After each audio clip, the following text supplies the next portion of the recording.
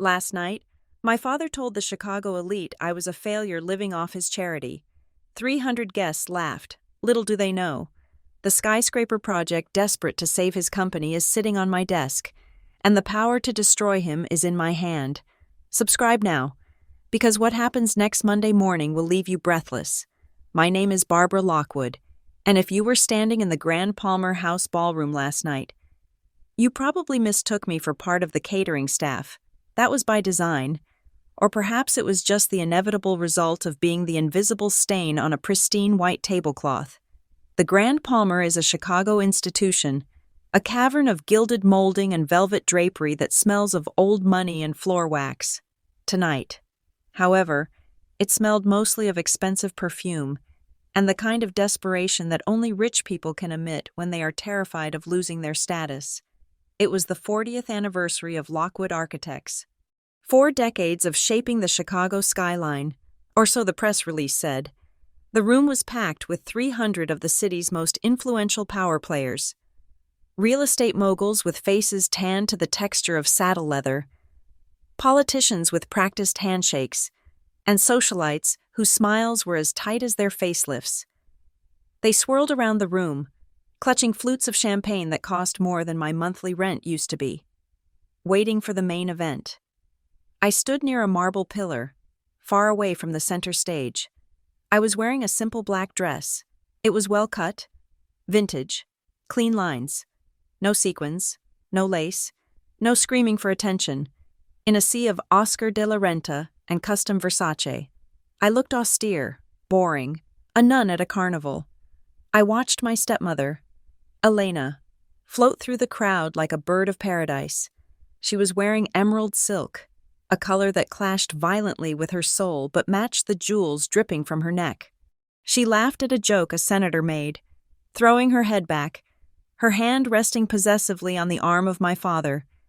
William Lockwood, my father, the man of the hour.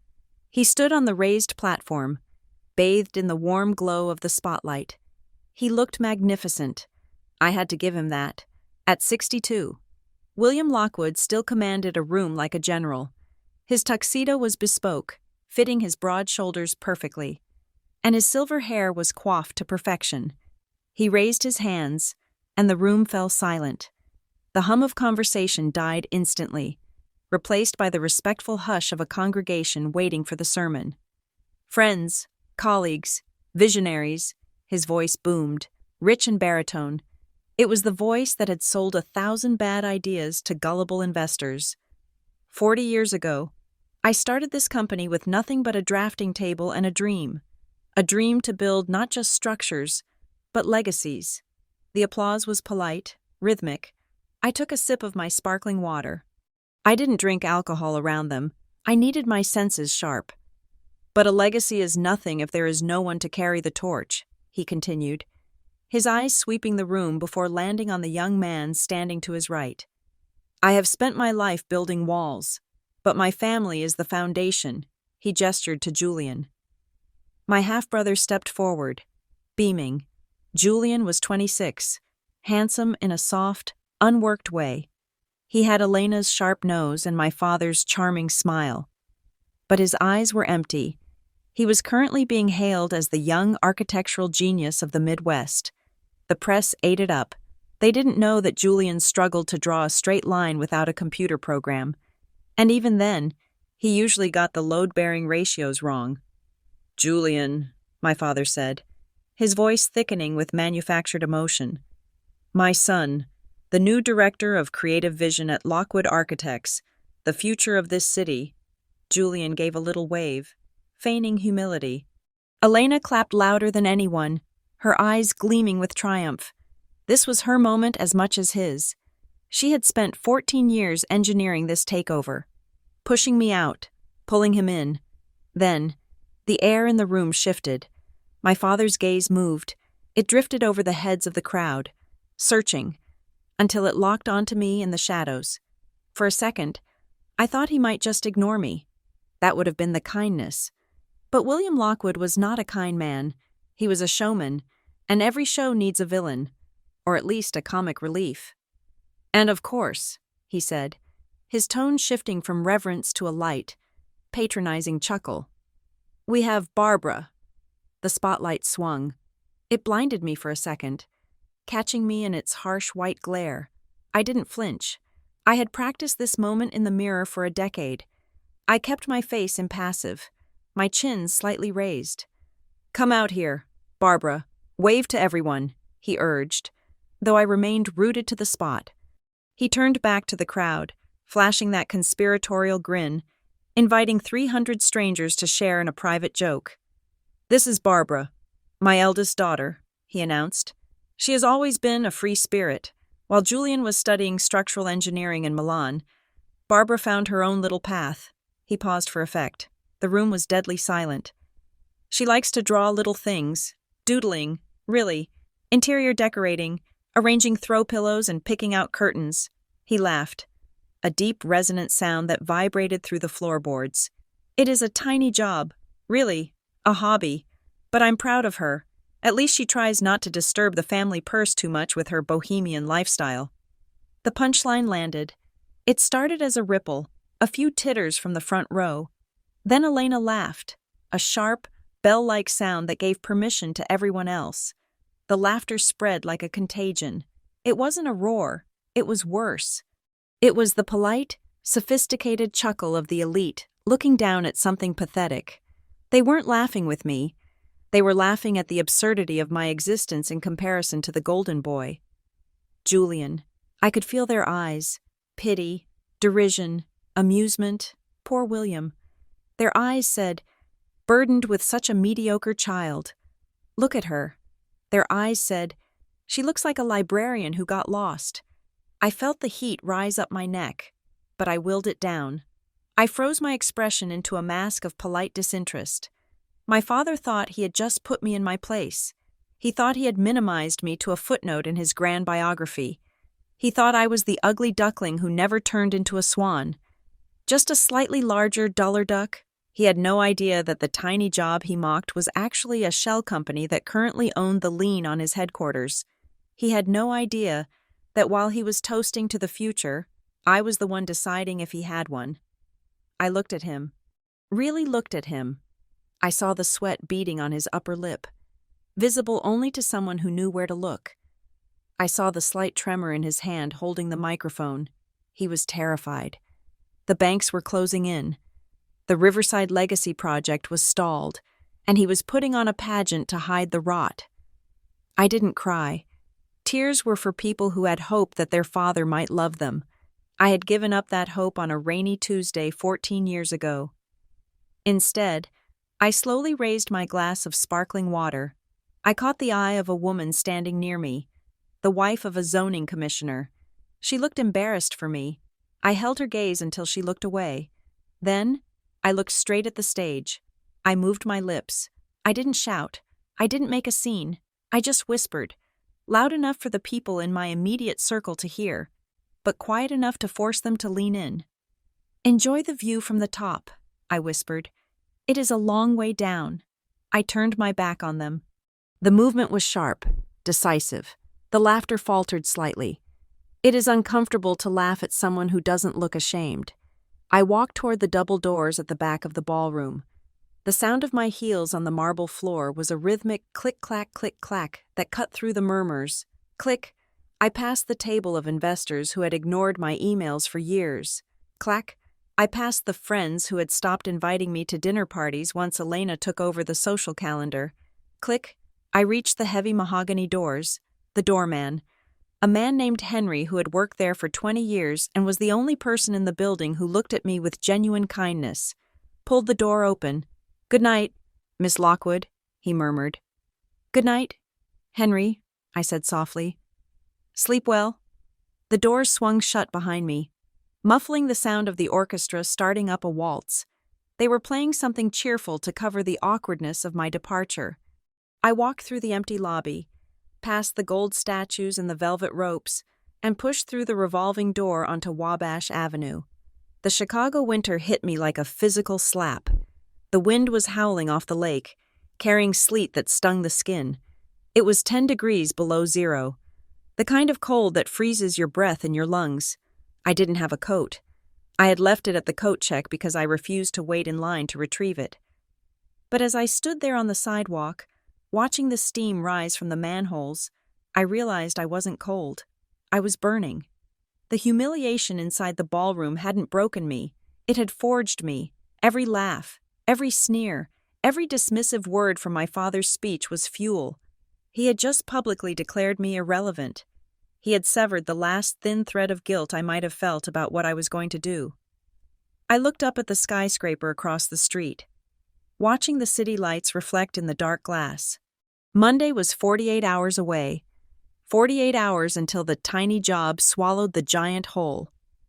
I took a deep breath of the icy air, filling my chest, and started walking toward the parking garage. I didn't look back at the Grand Palmer. There was nothing there for me anymore. My future was waiting in a folder on my desk, and it was time to go to work. The freezing wind on Wabash Avenue was nothing compared to the chill that settled in my bones 14 years ago.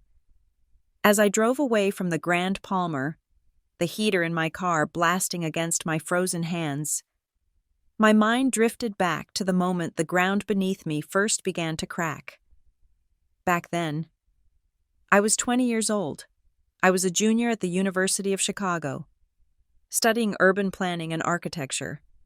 I was not just a student, I was a disciple of the craft. My mother had been a brilliant architect, a woman who understood that a building was not just steel and glass, but a living organ of the city. She died when I was 12, leaving behind a library of sketchbooks and a void in the house that my father, William, filled with work and ambition. I wanted nothing more than to fill those sketchbooks, to finish the lines she had started. I was top of my class, obsessed with the idea of functional beauty, of creating spaces that served the people living in them rather than just stroking the ego of the developer. Then came Elena. My father met her at a fundraiser in New York. She was beautiful, sharp, and possessed a terrifying kind of social intelligence. She moved into our Lake Forest estate with the efficiency of an invading army, bringing with her Julian, her 12-year-old son from a previous marriage. Julian was a quiet, sullen boy then, more interested in video games than vanishing points. But Elena was determined to mold him into the heir my father desperately wanted. It started slowly. It was an erosion of my reality, grain by grain. Elena would walk past my drafting table in the sunroom, pause, and tilt her head. She would ask if I really thought concrete was a feminine enough material, or suggest that perhaps my talents lay more in selecting curtains than calculating load-bearing walls. She planted seeds of doubt in my father's mind. Watering them daily with whispers over dinner, she told him I was too emotional, too fragile, too much like my mother in her final, sickly years. The break happened in the spring semester of my junior year. I had spent 4 months working on a submission for the Young Visionaries Showcase. It was a prestigious competition, and the winner was guaranteed an internship with the City Planning Council. My project was called The Urban Lung. It was a design for a mixed-use community center that utilized vertical gardens to filter air pollution in high-density neighborhoods. It was technical, precise, and I had poured my soul into the blueprints. I kept them locked in my study, or so I thought. 2 days before the submission deadline, I came home to find a champagne bottle open on the kitchen counter. My father was beaming. Elena was clapping her hands in delight. Julian was sitting at the table, looking smugly at a set of drawings spread out before him. I walked over, confused, and looked down. My breath hitched in my throat. They were my drawings. The lines were mine. The calculations were mine. The concept of the vertical gardens was mine. But the title block in the corner had been changed. It no longer said the Urban Lung, it said the Lockwood Spire. And the name in the creator box was Julian. I remember shaking. I remember grabbing the paper, my voice rising in panic as I accused Julian of theft. I turned to my father, expecting him to be outraged. I expected him to defend the integrity of the craft he claimed to love. Instead, William Lockwood sighed. He looked at me with a disappointment that felt like a physical blow. He told me to stop lying. He said that Julian had shown him the preliminary sketches weeks ago. He said that Elena had told him how I had been struggling, how I had been sneaking into Julian's room to look at his work. He looked me in the eye and told me that jealousy was an ugly trait, and that plagiarism was a career-ending sin. I stood there, stunned into silence. Elena had staged it perfectly. She had been feeding him this narrative for months, and I had been too busy working to notice the trap closing around my leg. The punishment was swift and financial. My father sat me down in his study the next morning. The leather chair creaked as he leaned back, refusing to look at me. He told me that he could not, in good conscience, continue to pay for an education that I was clearly not taking seriously.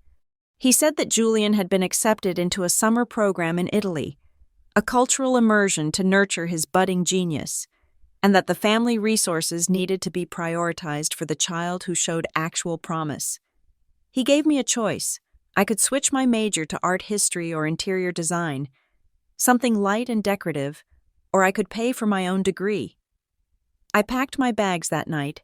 I took nothing that he had bought me. I took my mother's sketchbooks, my laptop, and the clothes on my back. The next 3 years were a blur of exhaustion. I moved into a studio apartment in a crumbling building on the south side of the city. The faucet leaked a constant rhythm that kept me awake at night, and the heating was non-existent in the winter. I took a job at a coffee shop downtown, the kind of place where the executives from my father's circle would stop for their morning latte. There were days when I wanted to vanish. I remember one morning vividly. It was raining, a cold, miserable Chicago drizzle. I was wiping down a table when a group of girls I had gone to prep school with walked in. They were laughing, talking about their upcoming debutante balls. One of them looked at me, squinted, and then whispered to her friends. They went quiet. They left a $5 tip on the table, not out of kindness, but out of the horrified charity one gives to a beggar. I was the failure. I was the Lockwood girl who went crazy and ran away. That was the story Elena had spun. And that was the story Chicago believed. But I was not alone. Every Sunday, a beat-up Ford truck would pull up to the curb outside my apartment. My Uncle Thomas would step out, limping slightly on his bad knee. Thomas was my mother's older brother, a retired structural engineer who had spent 40 years building bridges. He had hands like sandpaper and a voice that sounded like gravel, and he hated William Lockwood with a fire that never dimmed. He would bring me groceries. He would bring me soup, but more importantly, he brought me blueprints. We would sit at my tiny, wobbling kitchen table, pushing aside bills and overdue notices. He would unroll plans for old warehouses or failing bridges, and he would quiz me. He treated me like a colleague, not a charity case. He taught me the things that university never could. He taught me how to read the soil, how to understand the stress points of steel, how to bribe a foreman with donuts to get a job done on time. He told me that my father was a decorator, not a builder. He told me that Julian was a hollow suit. He told me that I had the gift. Thomas died of a heart attack 3 years after I left home. I was 23. I had no money for a funeral. But his old union buddies chipped in to give him a proper send-off. I stood by his grave, the only family he had left, and felt a loneliness so profound it threatened to swallow me whole. A week after the funeral, I received a package from his lawyer. Inside was a letter, a heavy iron key, and a thick file folder bound with twine. The letter was short. It said simply, "Build something real." The key opened a safety deposit box at a small community bank. Inside was not money, but a deed, decades ago. Before the city had expanded, Thomas had bought a stretch of industrial wasteland on the riverfront. It was a boggy, ugly piece of land near the old rail yards, covered in rusted scrap metal and weeds. For years, people had told him it was worthless, but the file he left me told a different story. It contained geological surveys he had done himself. It contained water table analysis and soil density reports. Thomas had known, years before anyone else, that the city was expanding west. He knew that the bedrock under that swamp was solid granite, perfect for deep foundations. He knew that one day, the city would need this land. He had left it all to me. I did not sell it. I was hungry, I was tired, and I was broke. But I did not sell it. Instead, I went to work. I created a new name, B. L. Sterling. It sounded strong. It sounded genderless. It sounded like money. I worked double shifts at the coffee shop. I ate instant noodles and slept 4 hours a night. I used the money to pay for online certifications. I started small. I went to online forums for construction bidding and took the jobs nobody else wanted. I designed a retaining wall for a suburban housing development. I fixed the drainage system for a strip mall that had flooded 3 times. I worked from midnight until dawn. Drafting on a secondhand computer I had rebuilt myself. I learned to navigate the bureaucracy of city permits. I learned to talk to contractors in a language they respected. I built a reputation as a ghost, a problem solver who could fix the unfixable. No one knew who B.L. Sterling was. They just knew that the work was flawless. While Julian was partying in Milan on my father's dime, failing his classes and charming his way through social circles, I was in the mud. I was wearing steel-toed boots and a hard hat, inspecting concrete pours at 4 a.m. I was learning the price of every bolt and beam. I remember the first time I made $10,000 on a single contract. I sat on the floor of my apartment and stared at the check. It wasn't enough to buy my way back into my father's world, but it was a brick, and then I laid another brick, and another. I saved every penny. I invested in the land Thomas had left me. I paid the property taxes. I began to clean up the site, removing the scrap metal, preparing the canvas. One evening, about 5 years into my exile, I drove out to the cemetery. It was late autumn. The trees were bare, skeletal fingers scratching against a gray sky. I knelt in the wet grass in front of my mother's headstone. Thomas was buried right next to her. I placed a copy of my first major approved blueprint on the ground between them. The paper was damp with mist. I spoke to the stone. I spoke to the silence. I told them about the sleepless nights. I told them about the shame that still burned in my gut every time I saw my father's face on the cover of a magazine. I told them about the rage that fueled me when I was too tired to stand. I touched the cold granite of my mother's name. They think I am gone, I whispered to the dirt. They think I am nothing, but I am building a ladder, brick by brick, and one day, I am going to stand so high that they will have to break their necks just to look up at me. I stood up. Wiping the mud from my knees, I walked back to my car, leaving the blueprint there as an offering. The engine sputtered as I turned the key. But it started. It always started. That was the night I stopped being Barbara the victim. That was the night B.L. Sterling truly began to breathe.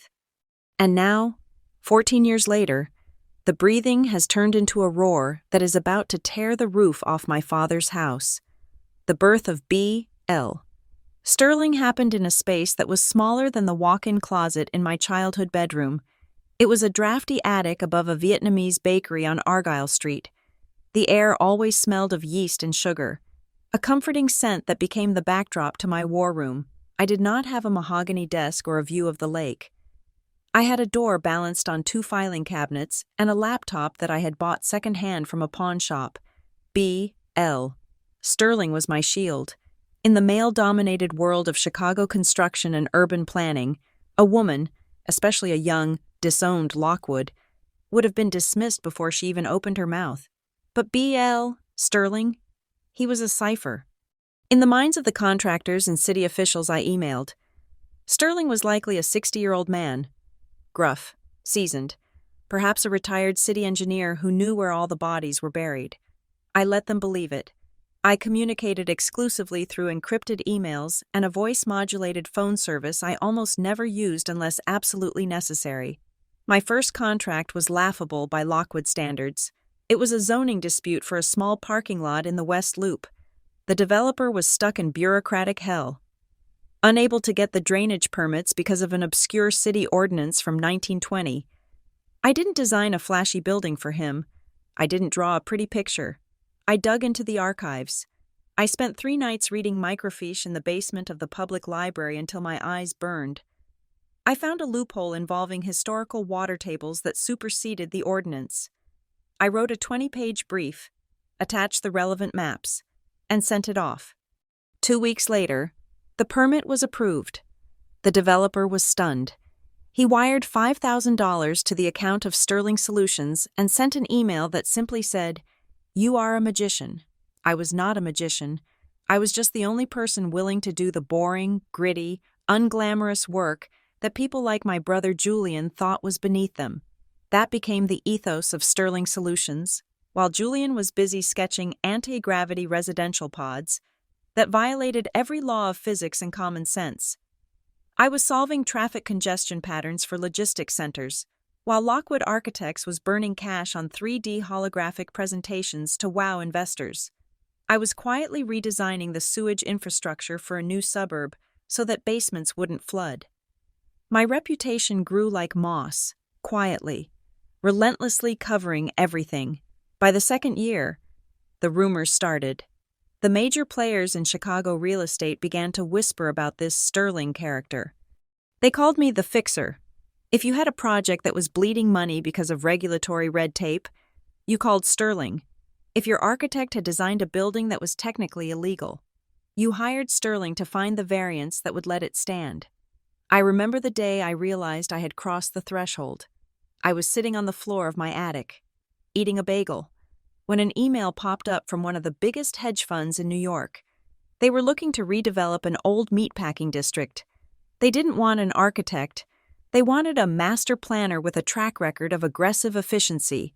They were offering a retainer of $50,000 just to look at the site. I stared at the screen. $50,000. That was more than my mother had ever spent on a car. It was enough to move out of the attic. It was enough to start the next phase of the plan. But I didn't move. Not yet. I stayed hungry. I banked the money and kept the bagel. While Sterling Solutions was ascending, Lockwood Architects was beginning its slow, agonizing descent. I watched it happen from a distance. Like a hawk circling a wounded deer, I had set up Google alerts for my father's company, and every morning I would read the news with a grim satisfaction. The cracks were starting to show. Julian, true to his nature, was a disaster. He had been promoted to lead designer, and his ego had ballooned faster than the company's profits. He pushed for avant-garde designs that looked good on Instagram, but were nightmares to build. There was the Crystal Spire project in the Gold Coast that had to be halted halfway through because the glass panels he chose couldn't withstand the Chicago wind shear. That mistake cost the firm $12 million in lawsuits. Then there was the museum annex that leaked the first time it rained because Julian didn't like the aesthetic of gutters. My father, blinded by his desperate need for his son to be a genius, covered for him. He fired the project managers. He fired the engineers. He blamed the contractors. He drained the company's reserves to pay off the angry clients. But you cannot hide incompetence forever. By the start of 2025, Lockwood Architects was effectively insolvent. They were surviving on loans and the ghost of their past reputation. Then came the Riverside Legacy. It was their Hail Mary pass, a massive, multi-billion-dollar mixed-use development on the South Branch of the Chicago River. Luxury condos, a casino, a marina, retail spaces. It was the kind of project that could wipe out all their debts and restore the Lockwood name to glory for another century. Or if it failed, it would bury them. My father bet the farm. He leveraged the existing company assets. He took out high-interest loans. And he put everything into acquiring the land parcels along the river. There was just one problem. A problem that Julian, in his arrogance, had overlooked. And a problem that my father, in his negligence, hadn't bothered to check. The zoning. The Riverside area was zoned for light industrial use, not high-density residential and gambling. To change that, they needed a special use permit from the city council.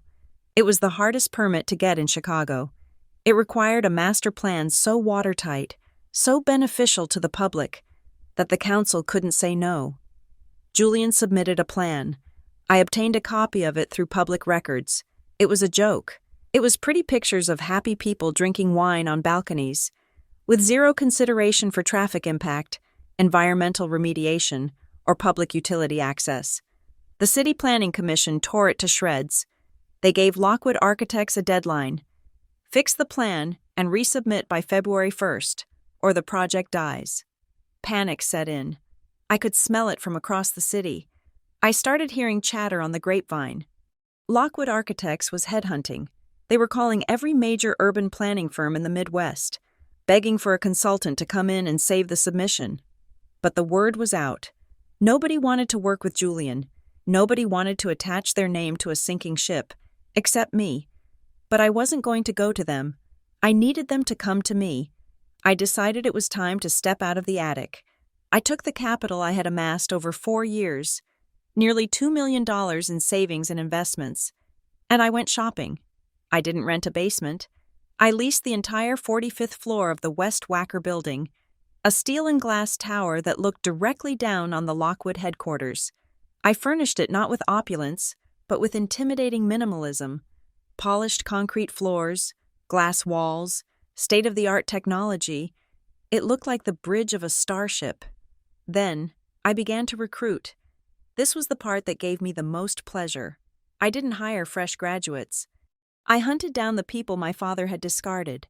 I found Mrs. Gable, his executive assistant of 20 years, whom Elena had fired because she was too old-fashioned. She was working as a greeter at a Walmart. When I walked in and offered her a job as my office manager with double her old salary, she wept. I found Marcus, the brilliant structural engineer my father had let go to blame for Julian's wind shear disaster. He was driving a taxi. I hired him as my chief technical officer. I found Sarah, the landscape architect, who had been dismissed because she refused to date Julian. I hired her to lead the environmental division. One by one, I gathered the exiles. I built a team of 20 veterans who knew exactly how Lockwood Architects operated, and more importantly, exactly why it was failing. They were loyal, they were skilled, and they were hungry for redemption. We were the island of misfit toys. But armed with laser-guided missiles, we rebranded. Sterling Solutions became a physical entity. We put our name on the directory in the lobby. We launched a website that was stark, professional, and terrifyingly competent. And then I played my ace. The Riverside Legacy Project depended on a continuous stretch of land along the riverbank. My father and his lawyers had spent 2 years aggressively buying up every warehouse, every scrapyard, and every empty lot in that district. They thought they had it all, but they didn't. There was a 3-acre parcel right in the center of their proposed development, on their map. It was just a blank space, an assumption. They assumed they could buy it easily. They assumed it was owned by the city or some defunct railroad company. It wasn't. That parcel was the land Uncle Thomas had left me. It was the hole in the donut. Without that 3 acres, their entire marina access was blocked. Without that land, they couldn't build the foundation for the main casino tower. It was the keystone of the entire project. Thomas had bought it in 1982 for $12,000. He had kept it through bankruptcy and divorce, telling everyone it was worthless mud, but he knew. He always knew. I held the deed. It was in a safe in my new office, right next to the bottle of scotch I was saving for Victory Day. The trap was set. The city deadline was looming. Lockwood's internal team was failing. They had no choice. It happened on a Tuesday morning, 3 days before the gala. I was standing by the floor-to-ceiling window of my office, looking down at the Chicago River winding through the concrete canyons. The snow was falling softly, muting the noise of the city. Behind me, the office was humming with the quiet, efficient productivity of people who love their work. Mrs. Gable walked in, her heels clicking on the concrete. She held a tablet in her hands, and there was a strange look on her face, a mixture of amusement and fierce vindication. "Ms. Sterling," she said. She still called me that in the office, maintaining the charade. "We just received an urgent inquiry via the secure portal." I didn't turn around. "Is it the stadium project in Detroit?" "No, ma'am," she said, her voice trembling slightly with suppressed laughter. "It is from William Lockwood, marked high priority, urgent." I felt a cold thrill shoot down my spine. It was the feeling a hunter gets when the trap finally snaps shut. "Read it," I said. She cleared her throat. "Dear Mr. Sterling, I hope this message finds you well. My name is William Lockwood, CEO of Lockwood Architects. I have heard of your firm's unparalleled reputation for solving complex zoning challenges in the Chicago area.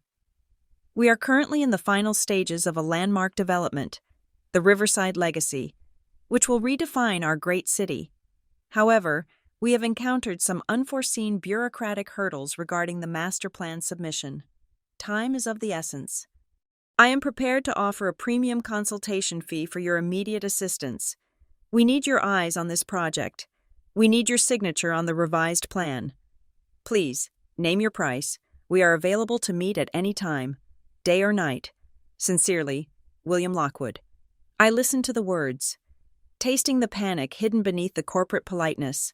Unforeseen hurdles. Name your price. He was begging. The great William Lockwood, who had mocked my tiny job to 300 people, was now begging the owner of that tiny job to save his life.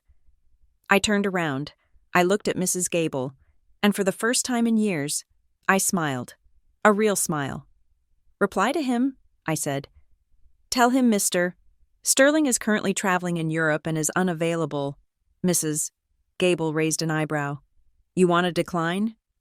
No, I said, walking back to my desk and running my hand over the cool leather surface. I want to let him sweat, let him panic for another 48 hours. Let him go to that gala on Friday thinking he has no hope. Let him stand on that stage and lie to everyone while his heart is hammering in his chest. I paused, looking at the calendar on my wall. Monday was circled in red. Tell him, I continued, that Mr. Sterling's schedule is full, but the CEO of Sterling Solutions can grant him a brief audience. Schedule it for 9 o'clock in the morning, next Monday. Mrs. Gable typed the response, her fingers flying across the screen. And if he asks for the CEO's name? Tell him we value privacy, I said. Tell him he will meet the boss on Monday. She hit send.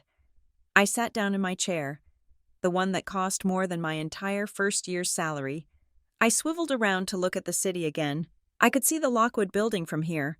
I wondered if he was staring at his screen right now, reading the reply, feeling a mixture of relief and dread. He thought he was hiring a consultant.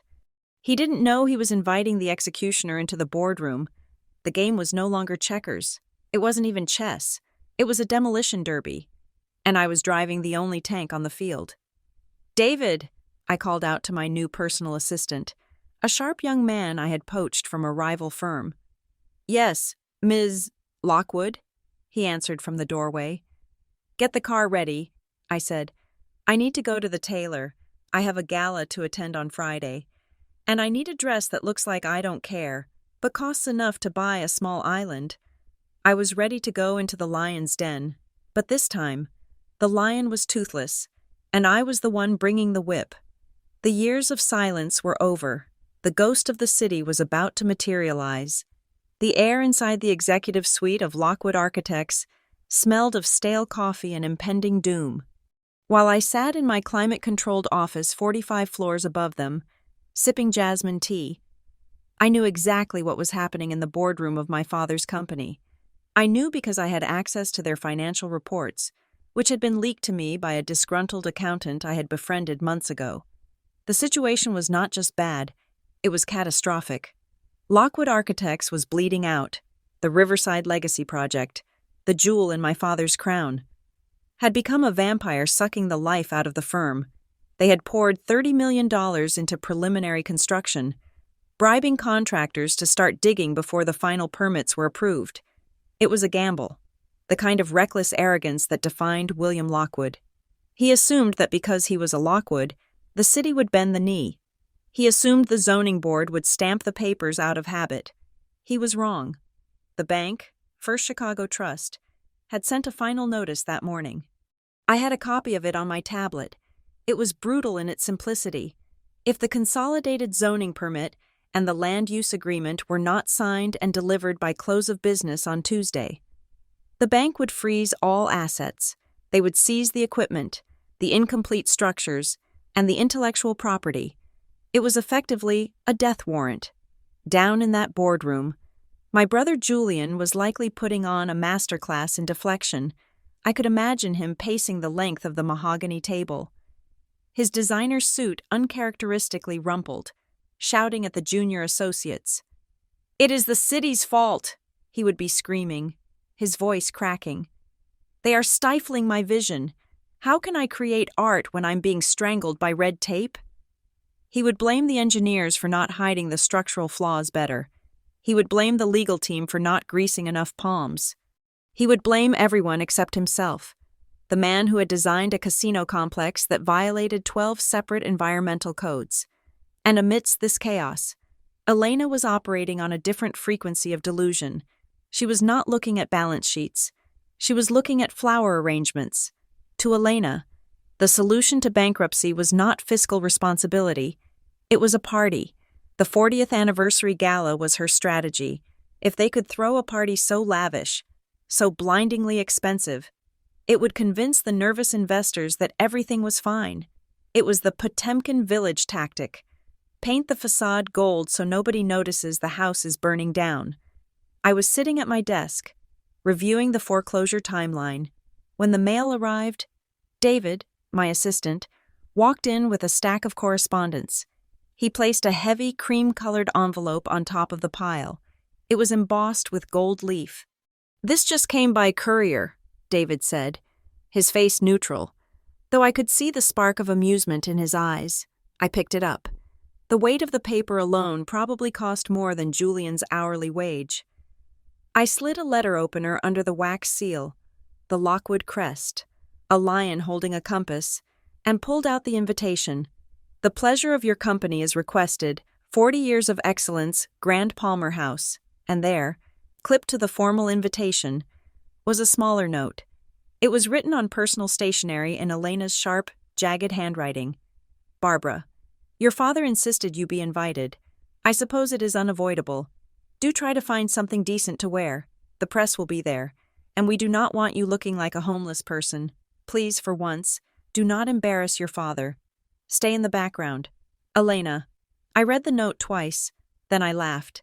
It was a dry, hollow sound. "Do not embarrass your father." The irony was so rich it almost tasted metallic. She was worried about me wearing last season's shoes, while her husband was 48 hours away from being escorted out of his own building by security guards. "Bad news?" David asked, watching me.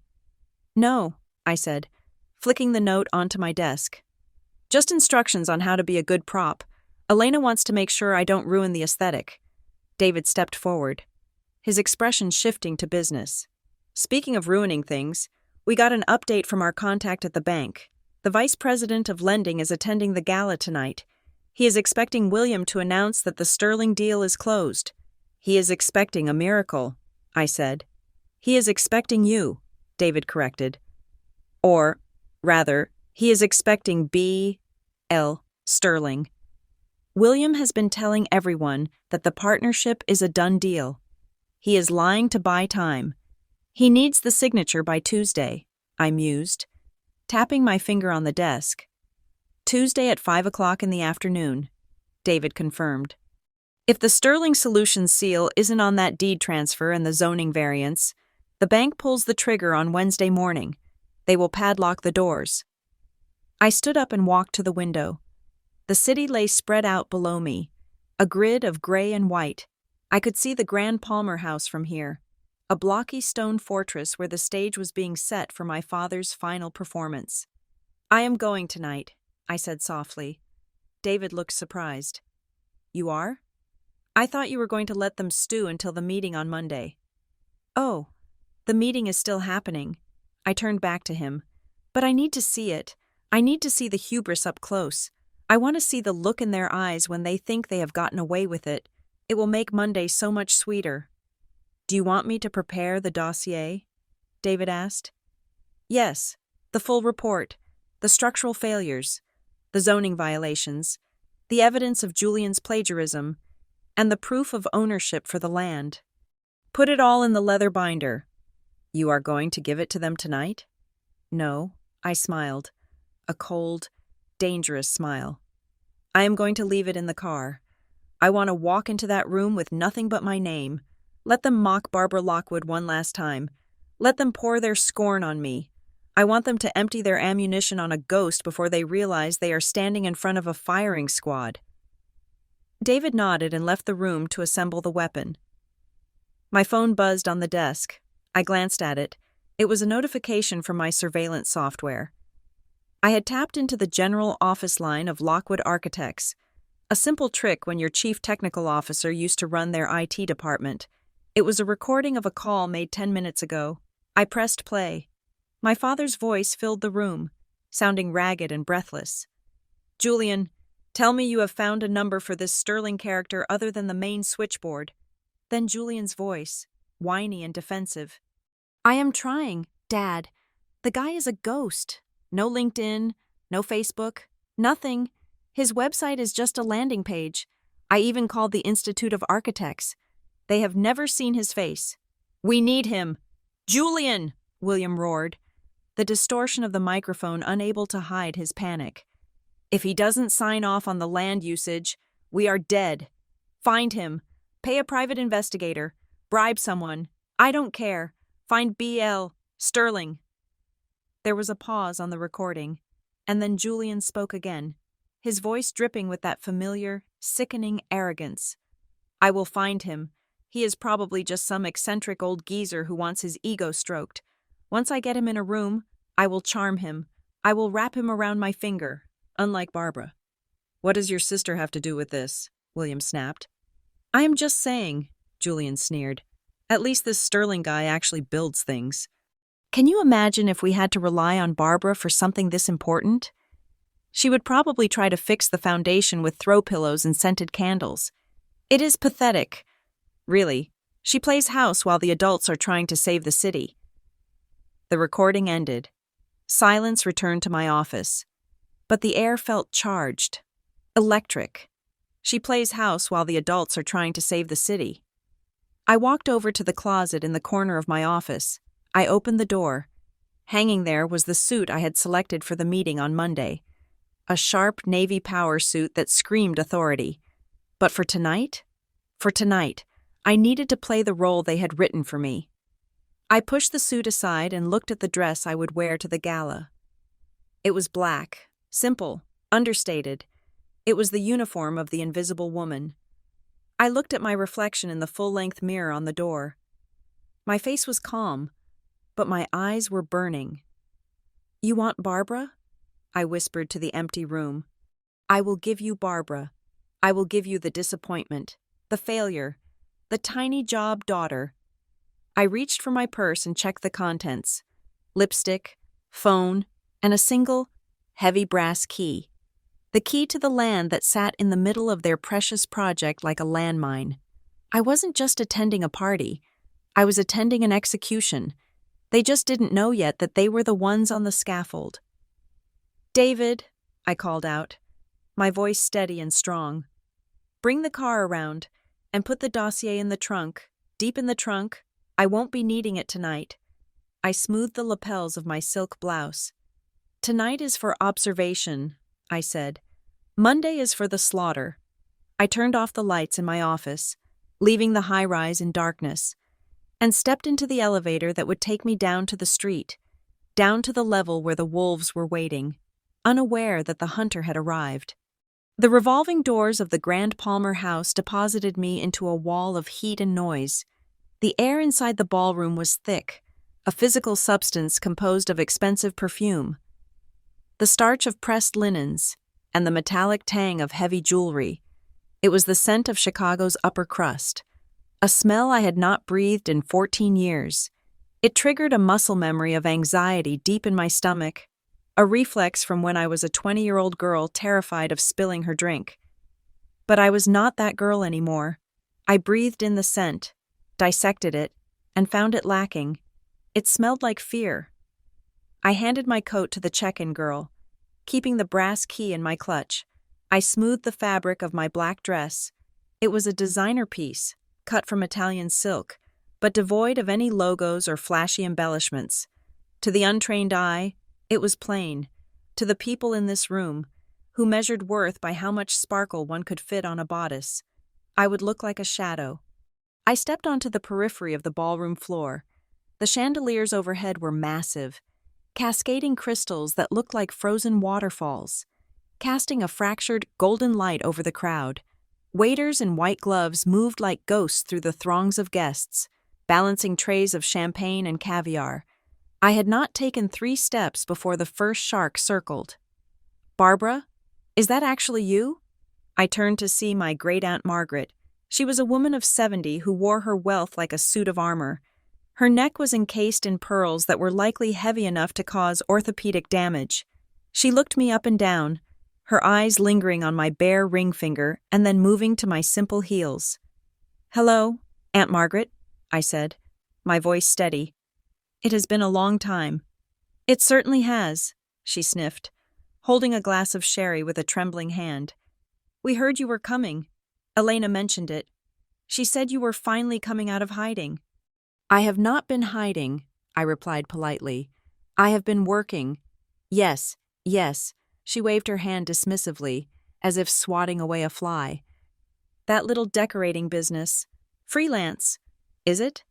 I suppose it keeps you busy. But tell me, dear, still no husband?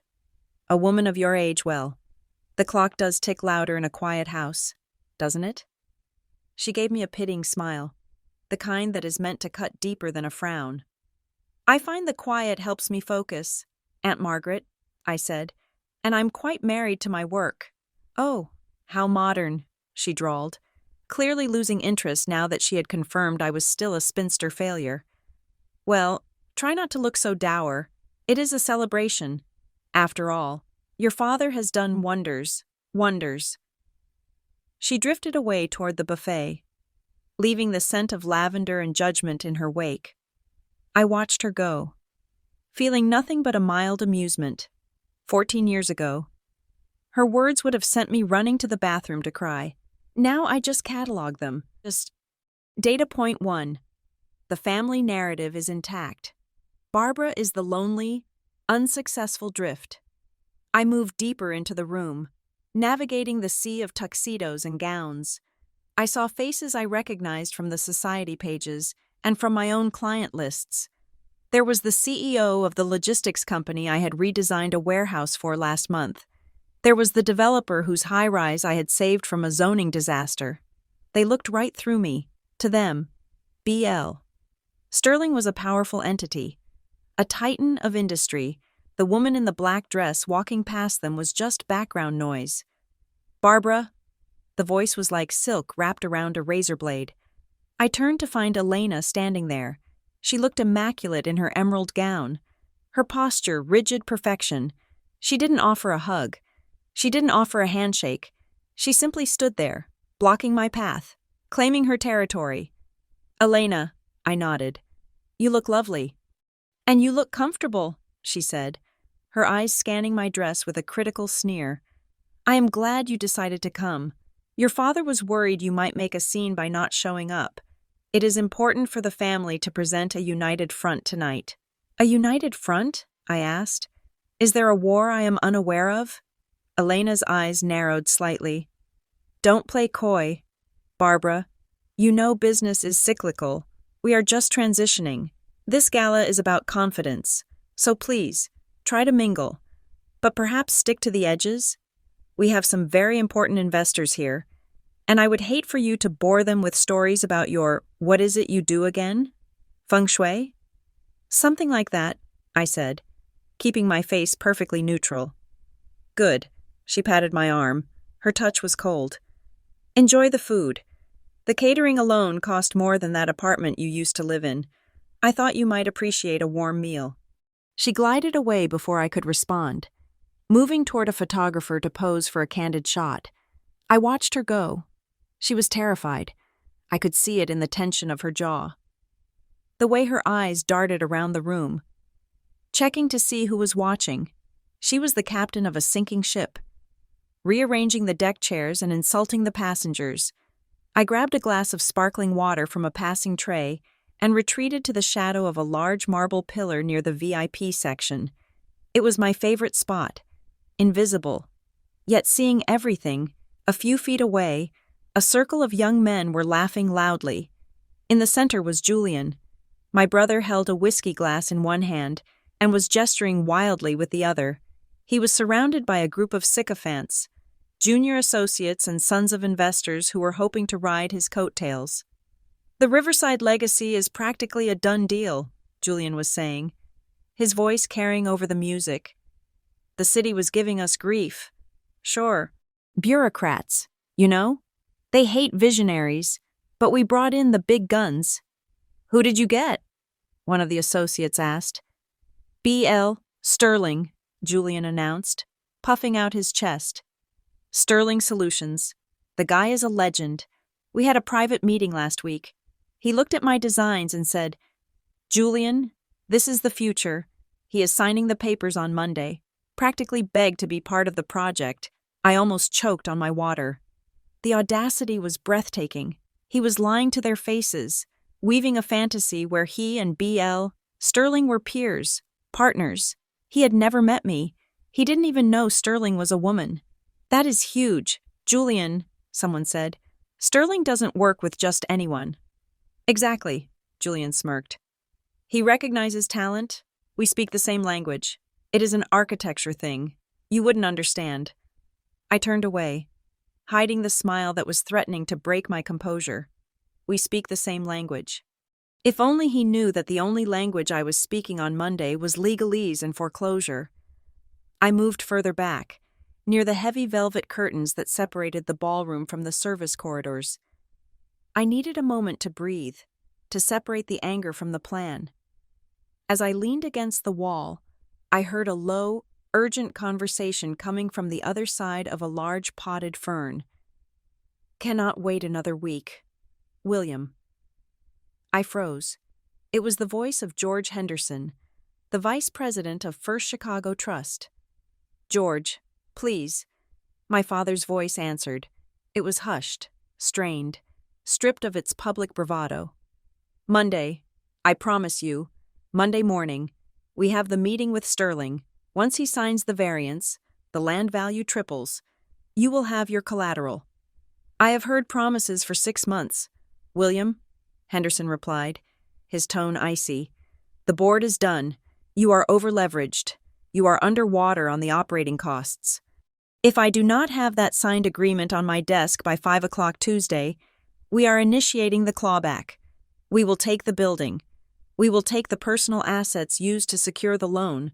That includes the Lake Forest house. You wouldn't, my father whispered. We have been friends for 30 years.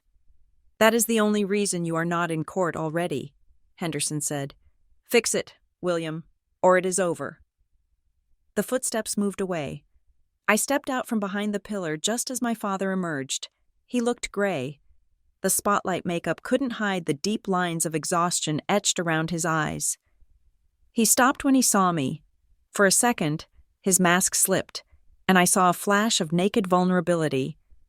He looked like an old man who was lost. But then, the William Lockwood instinct kicked in. He straightened his spine. He adjusted his cufflinks. The mask of the Titan slammed back into place. Barbara, he said, his voice regaining its booming quality, though it sounded brittle to my ears. You are here. I am, Father, I said. He looked at me, struggling to find something to say to the daughter he had discarded. Well, good. Try to look like you are having a good time. The press is watching. He didn't ask how I was. He didn't ask about my life. He only cared about the optic. William! A voice called out. A man walked up to us. He was older, with kind eyes and a messy tie. It was Arthur Vance. He had been my mother's structural engineer, the man who calculated the load for her greatest bridges. He had left the firm shortly after she died, unable to work with Elena. Arthur? My father nodded stiffly. Arthur ignored him and turned to me. His eyes widened. Barbara? Little Barbara? Hello, Mr. Vance? I smiled, and this time, it was genuine. He took my hand in both of his. His palms were rough and warm. My God, you look just like her. The same eyes. The same quiet strength. Thank you, I said softly. I heard you are working on your own, Arthur said, ignoring my father's impatient shifting. Keep at it. Your mother always said you had the best eye for space she had ever seen, better than hers. Don't let anyone tell you otherwise." He squeezed my hand. It was a lifeline in a room full of sharks. "We have to go." "Arthur," my father interrupted, checking his watch. "The speeches are starting." Arthur gave me one last look, a look of profound sadness and respect, before walking away. My father lingered for a second. "Don't get any ideas," he muttered to me. "Arthur is a sentimental old fool. He never understood the business side of things." "Clearly," I said. At that moment, Julian sauntered up, flushed with drink and adoration. He saw me and rolled his eyes. "Oh, great. The prodigal sister returns," he drawled. He looked at my empty hands. "Where is your coat? Or did you have to sell it to afford the cab fare over here?" He laughed at his own joke. "I drove," I said calmly. "Drove?" Julian raised an eyebrow. "What are you driving these days? That old Honda Civic you had in college? I am surprised they let you park that rust bucket in the valet lot. They usually have standards." He leaned in, his breath smelling of expensive scotch. "Listen, Babs, maybe after the speech, if you behave. I will give you a ride home. I just got the new Porsche, paid cash. That is what success looks like." I looked at him. I looked at the boy who had stolen my work. The man who was bankrupting my father. The fool who was bragging about a car bought with borrowed money that I was about to foreclose on. I didn't get angry. The anger had crystallized into something harder, colder. "I am fine, Julian," I said. "My car is quite reliable." "Suit yourself," he sneered. "Just stay out of the way when the cameras start flashing." This is the big leagues. The lights in the ballroom dimmed. A drum roll started from the orchestra. The spotlight began to sweep the room, searching for the stage. "It is showtime," Julian whispered, adjusting his tie. "Watch and learn." He strutted toward the stage, following my father. I stood alone in the darkness. The crowd began to hush, turning their attention to the podium. I felt the dossier in my mind, the weight of the key in my purse. I watched my father climb the stairs to the stage, bathing in the applause that was bought on credit. I took a sip of my water. It was cool and clean. "Enjoy tonight, Julian," I whispered into the rim of my glass. "Enjoy the Porsche. Enjoy the applause." I watched my father grip the microphone. I saw him scan the room, looking for his opening. I knew what was coming. I knew he needed a scapegoat to make Julian look brighter. I knew he was going to use me as the punchline. Let him. The storm wasn't coming from the outside. The storm was already in the room, wearing a black dress, waiting for the signal to strike. My father cleared his throat. "Friends, colleagues, visionaries." I set my glass down on a passing tray. I squared my shoulders. I was ready.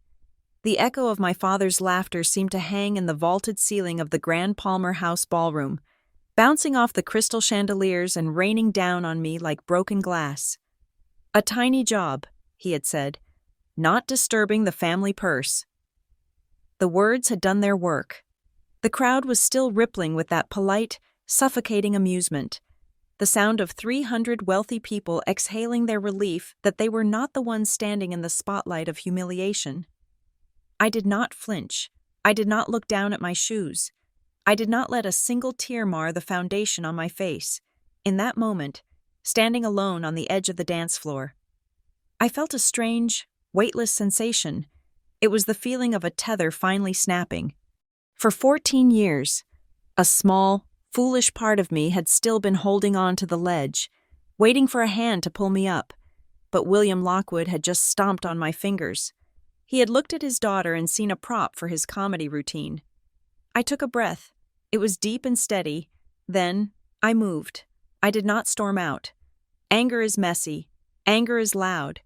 Anger implies that you care about their opinion. I wanted them to feel something worse than anger.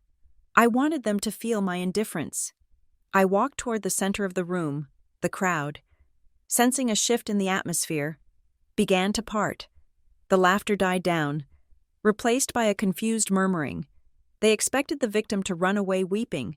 They did not expect the victim to walk with the stride of a queen through the royal court. I headed straight for the VIP table where Julian was sitting. He was leaning back in his chair, a glass of scotch in his hand, a self-satisfied smirk plastered on his face as he accepted the congratulations of his sycophants. When he saw me approaching, his smirk widened. He probably thought I was coming to beg for that ride home in his Porsche. I stopped right in front of him. I loomed over him, blocking the light from the chandelier, casting him in my shadow. "Barbara," he slurred, swirling his drink. "Come to congratulate me? Or do you need $20 for gas?" I didn't speak. I reached into my small black clutch. The movement was slow, deliberate. The people at the table went silent, watching. I pulled out a single card. It was not a standard business card.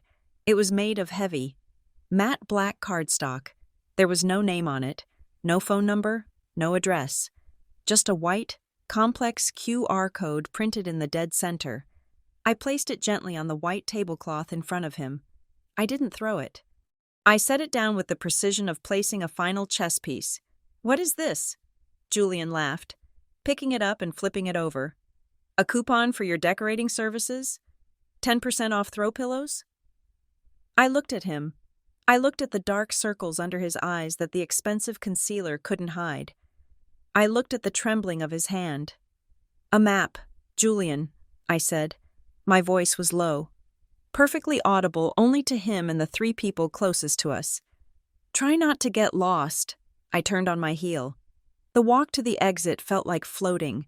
I could feel my father's eyes boring into my back from the stage. He had stopped speaking. The script had gone off the rails. He had expected me to vanish into the woodwork, not to stage a silent protest in the middle of his triumph. I reached the double mahogany doors. I reached for the brass handle.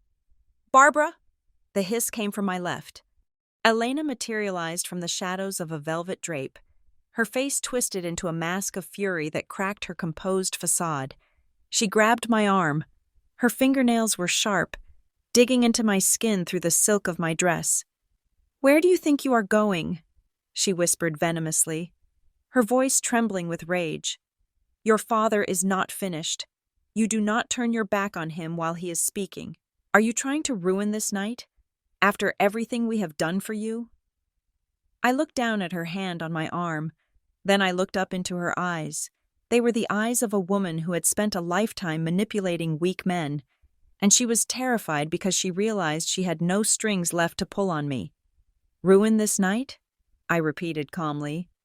I stepped closer to her, invading her personal space until I could smell the gin on her breath. "Elena, you ruined this family 14 years ago.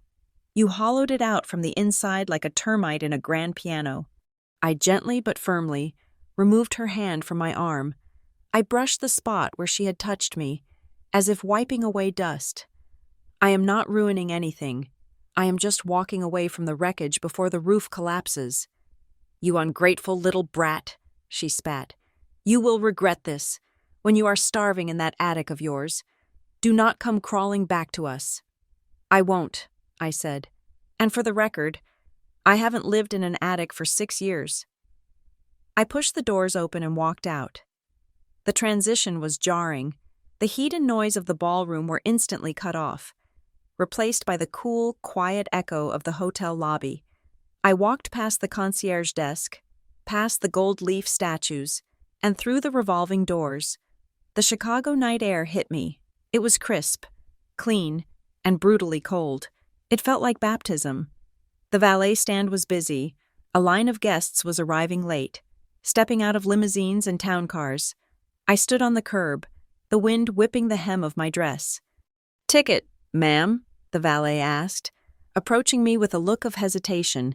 He had seen my arrival earlier, the way I had walked in from the public parking garage down the street.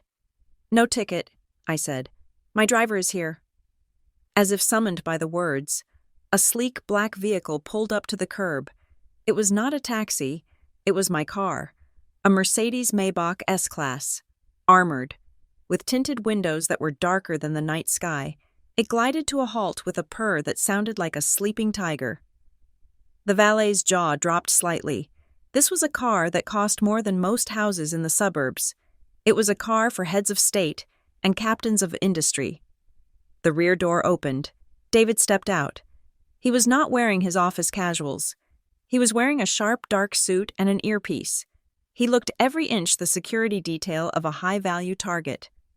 "Good evening, Ms. Lockwood," David said, his voice projecting just enough for the valet and the nearby guests to hear. He held the door open for me.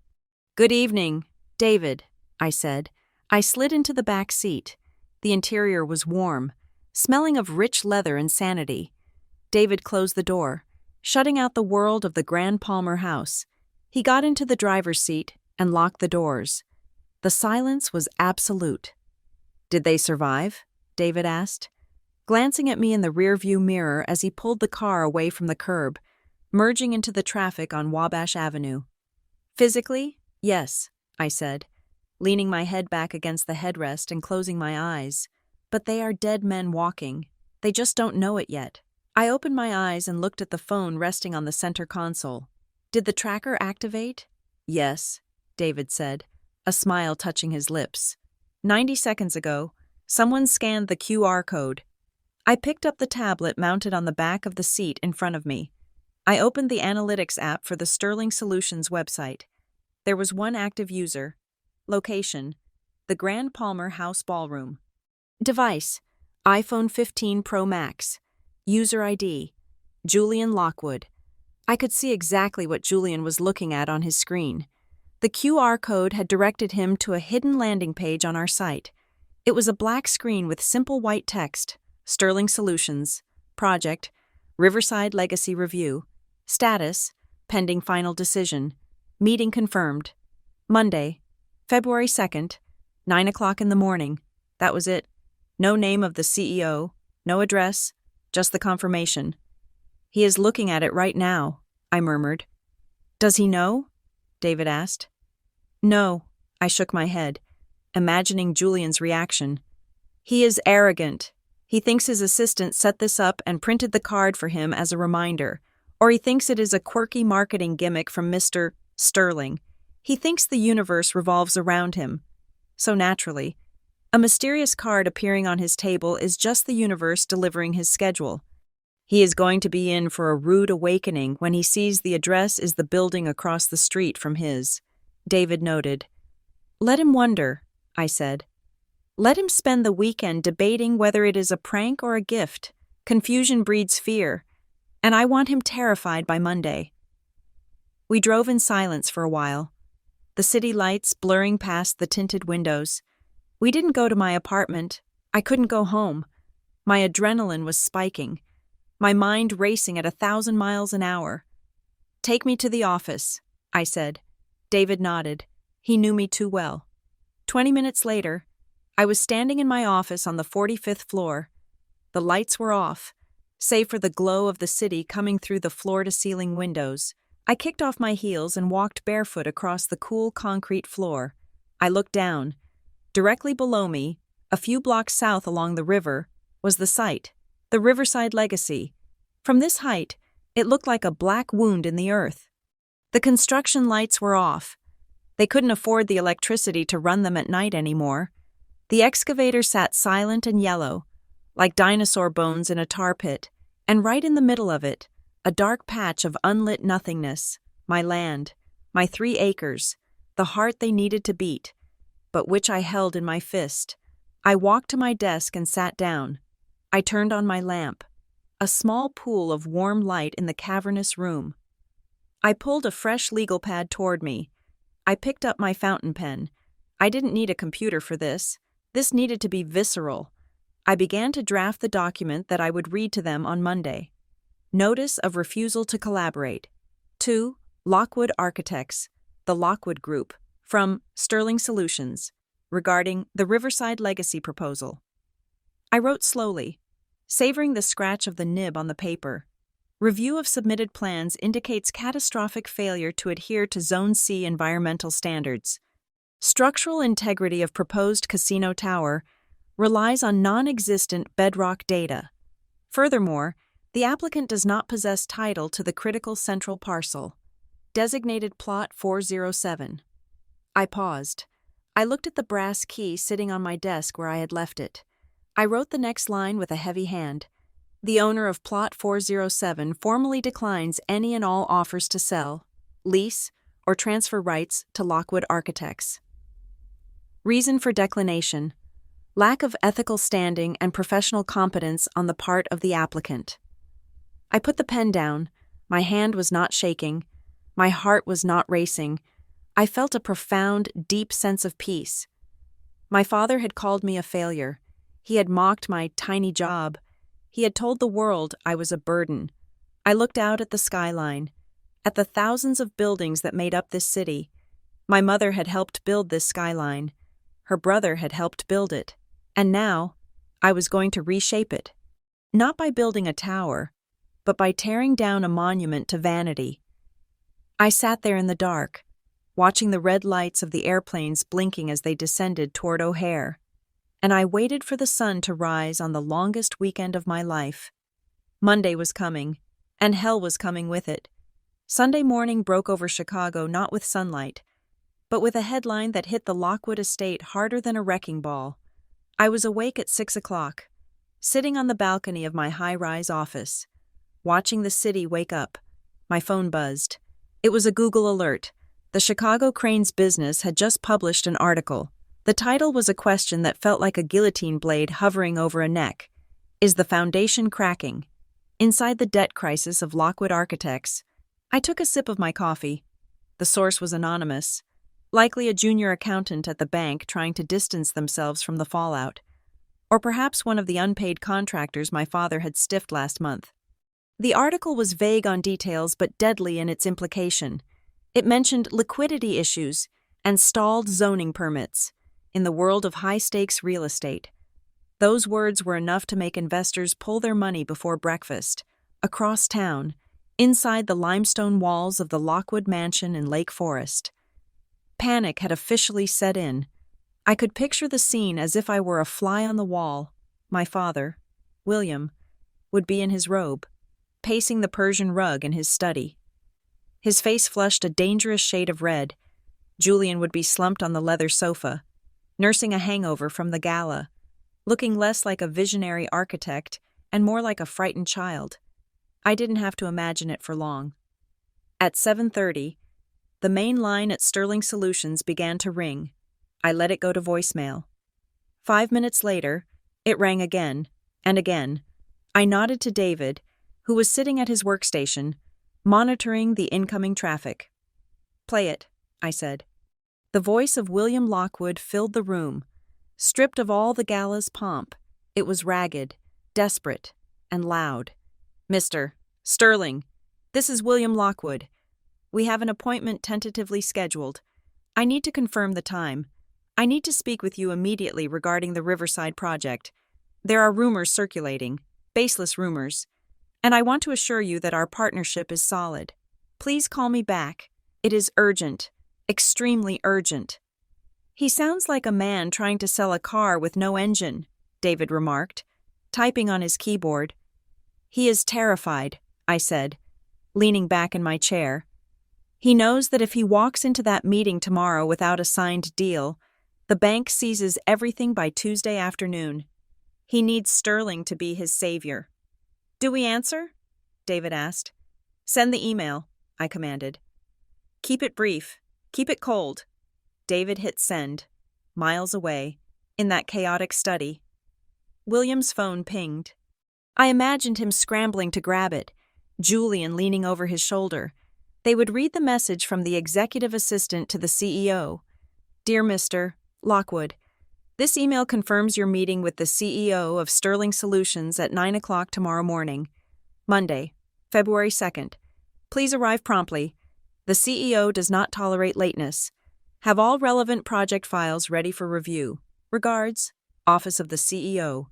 No name, no reassurance, just a time and a demand. "Who is this guy?"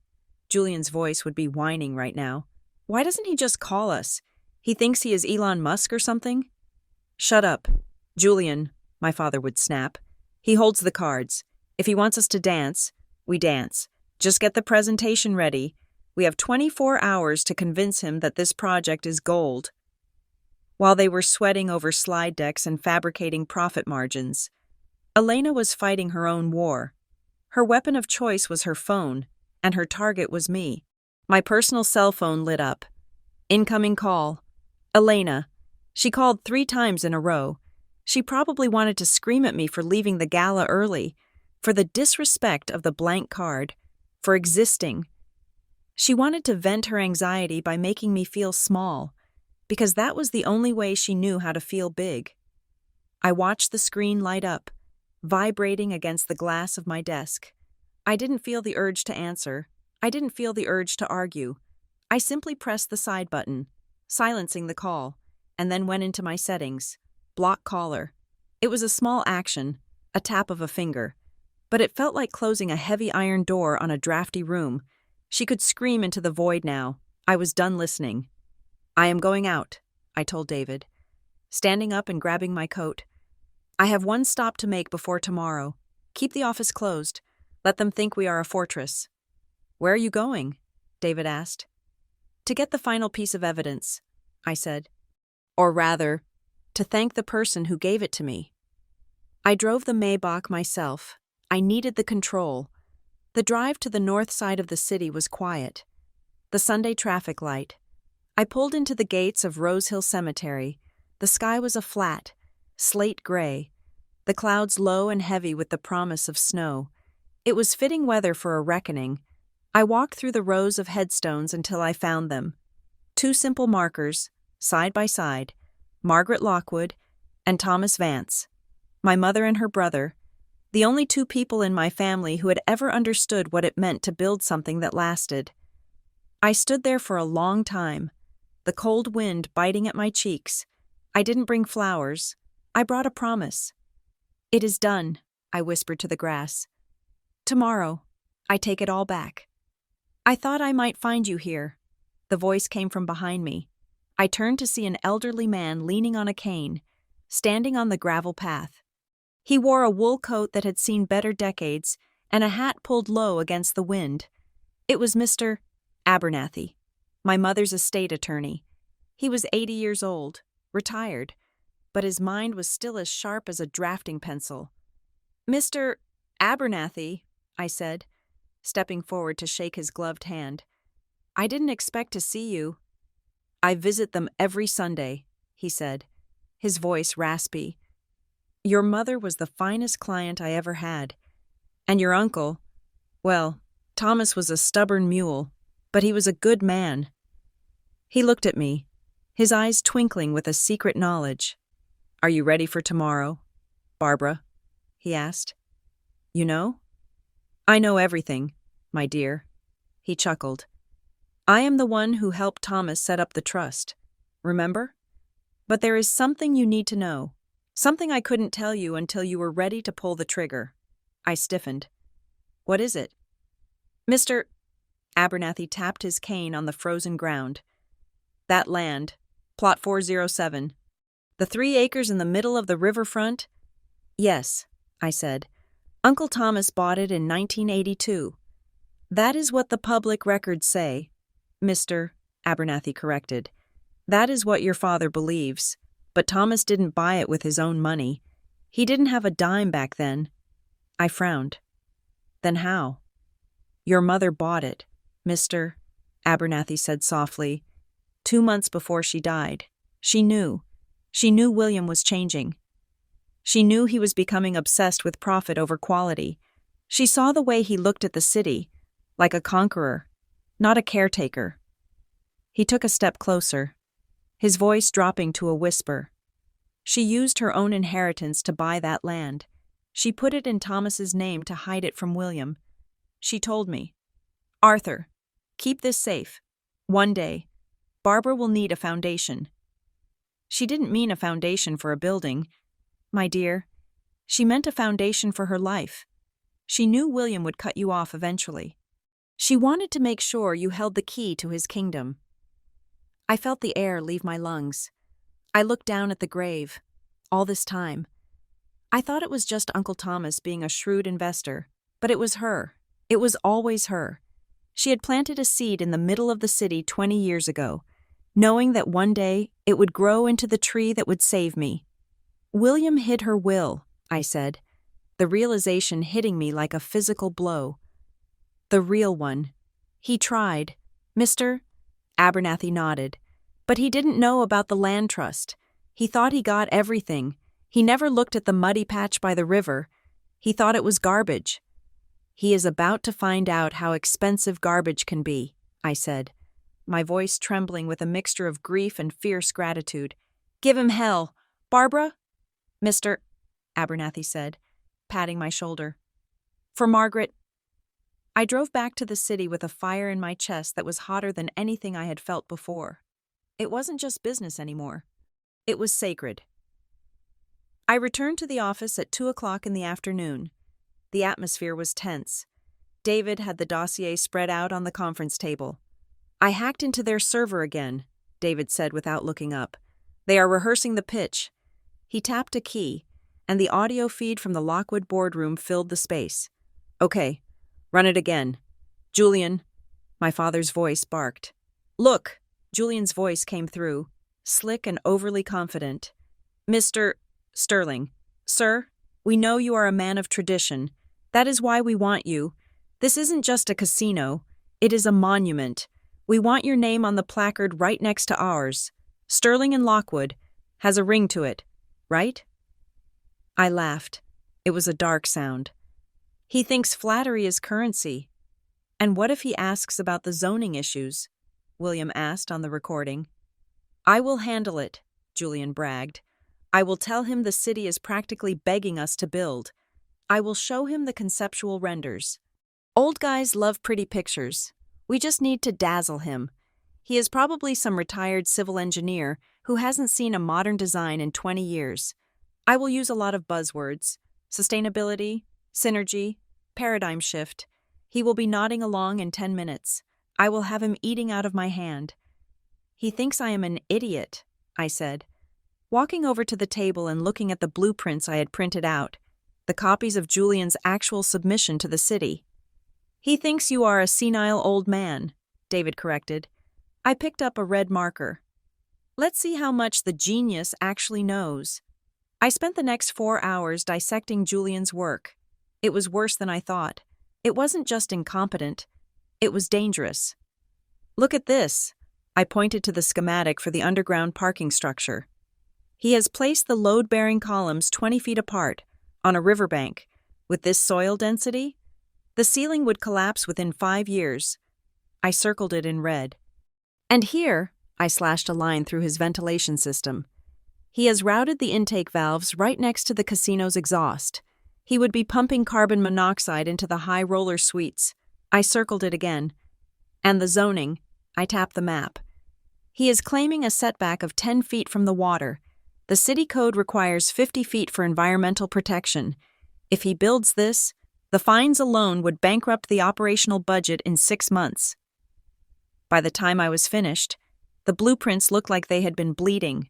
It was a massacre of red ink. It is a death trap, David said, looking at the marked-up pages. It is a confession, I said.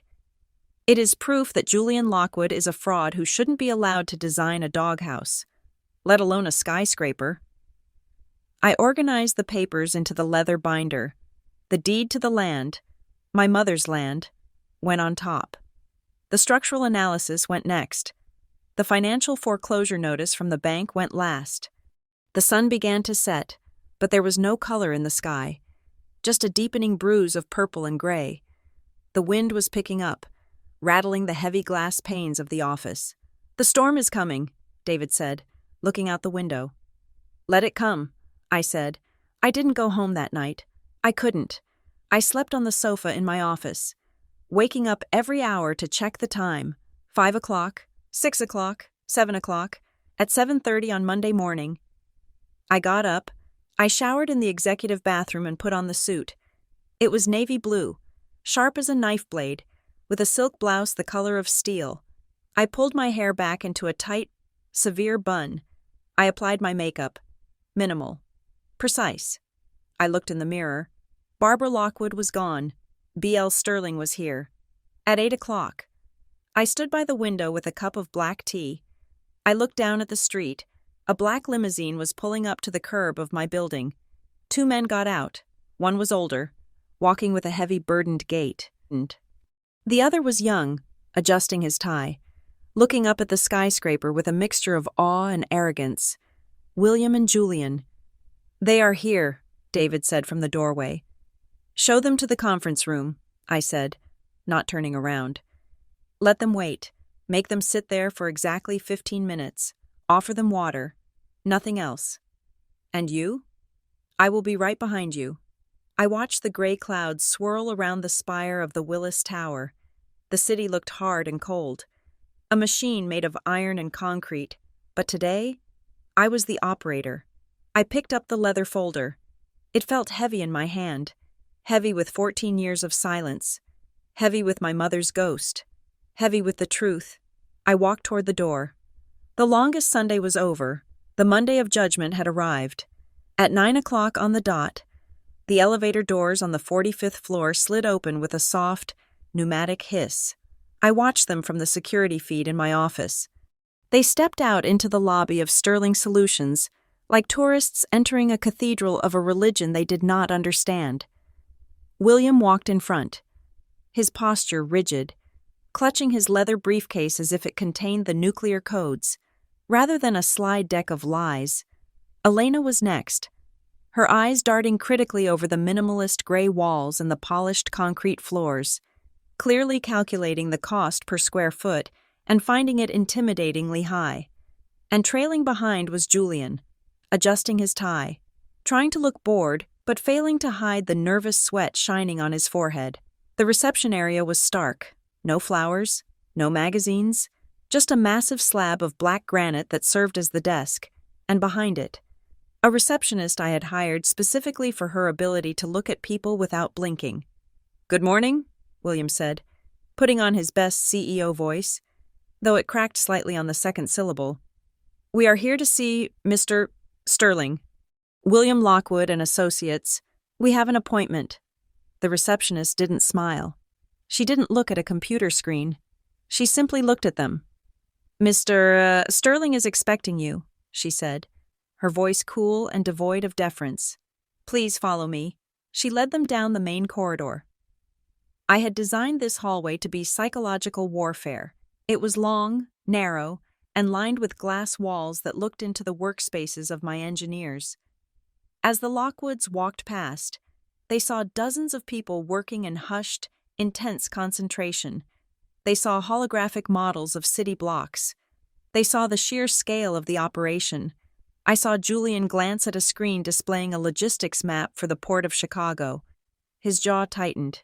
He realized, perhaps for the first time, that Sterling Solutions was not a boutique consultancy. It was a leviathan. They were shown into conference room A. This was the kill box. It was a corner room, encased entirely in glass. The table was a single piece of reclaimed timber, 20 feet long, older than the city itself, but the real weapon was the view. The room was positioned so that the primary window looked directly down at the bend in the Chicago River. Specifically, it looked down at the mud pit that was the Riverside Legacy Project. "Please have a seat," the receptionist said. "The CEO will be with you shortly." "Shortly?" Elena snapped, her patience fraying. "We have a 9 o'clock appointment. We are on time. Punctuality is a virtue, young lady." "The CEO is finishing a call with the mayor," the receptionist lied smoothly. "You may wait."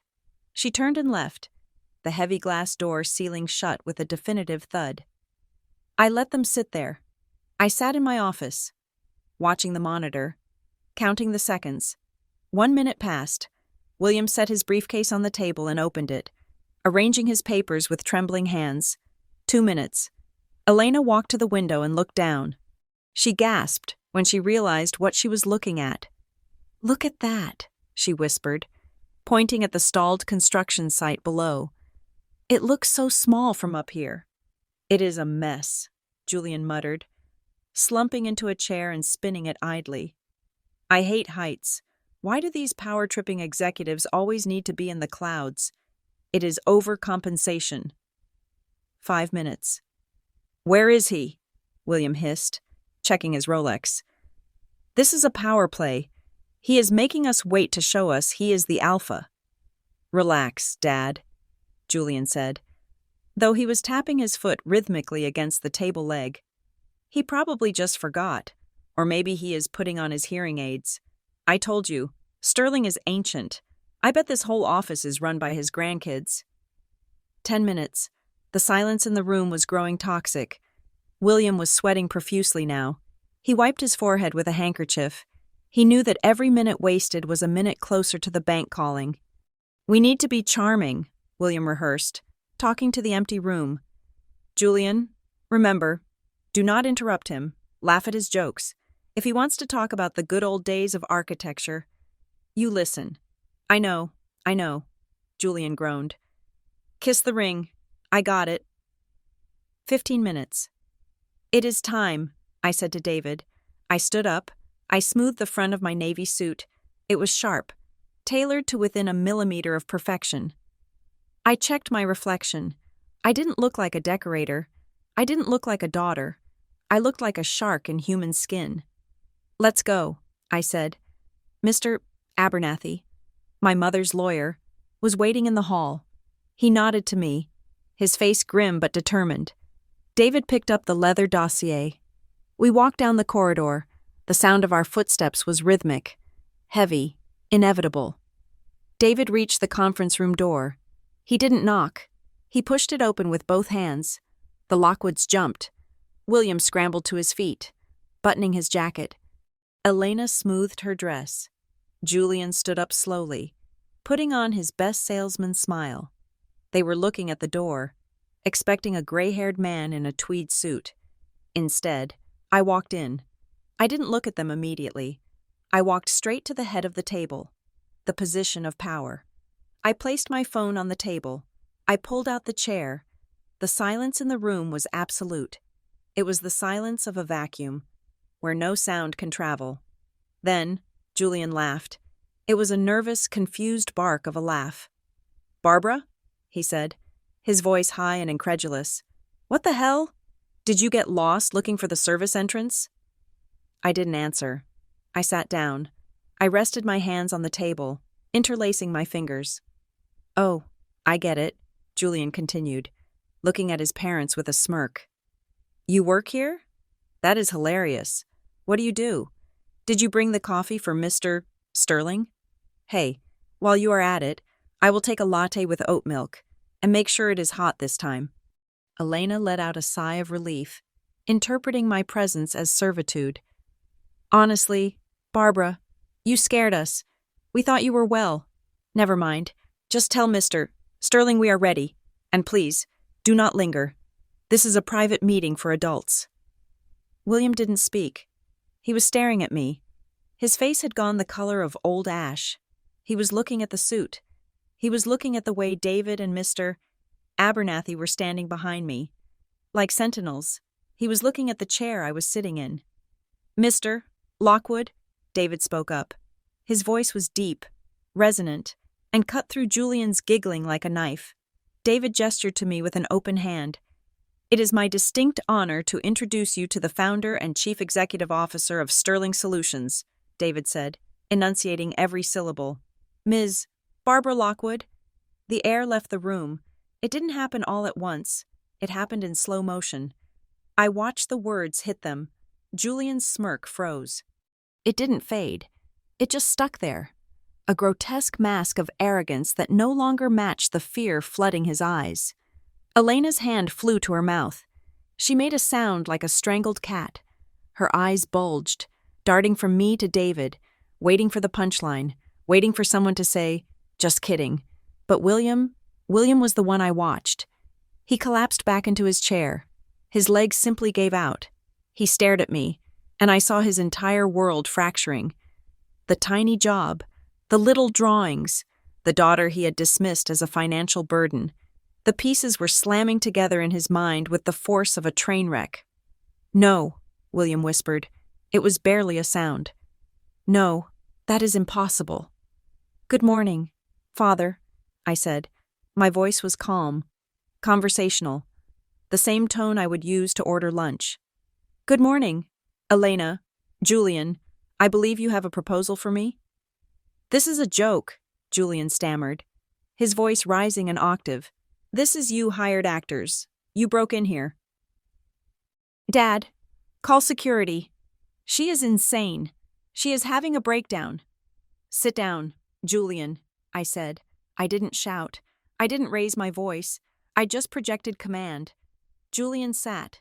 He didn't want to, but his body obeyed the authority in my tone. You are Sterling? William managed to choke out. You are B.L. Sterling? B.L. I nodded. Barbara Lockwood. I thought it was obvious. But then again, you never really looked at me. Did you? But how? Elena cried out, her voice shrill. You decorate houses. You are a failure. You live in an attic. I haven't lived in an attic for 6 years. Elena, I said, opening the leather dossier in front of me.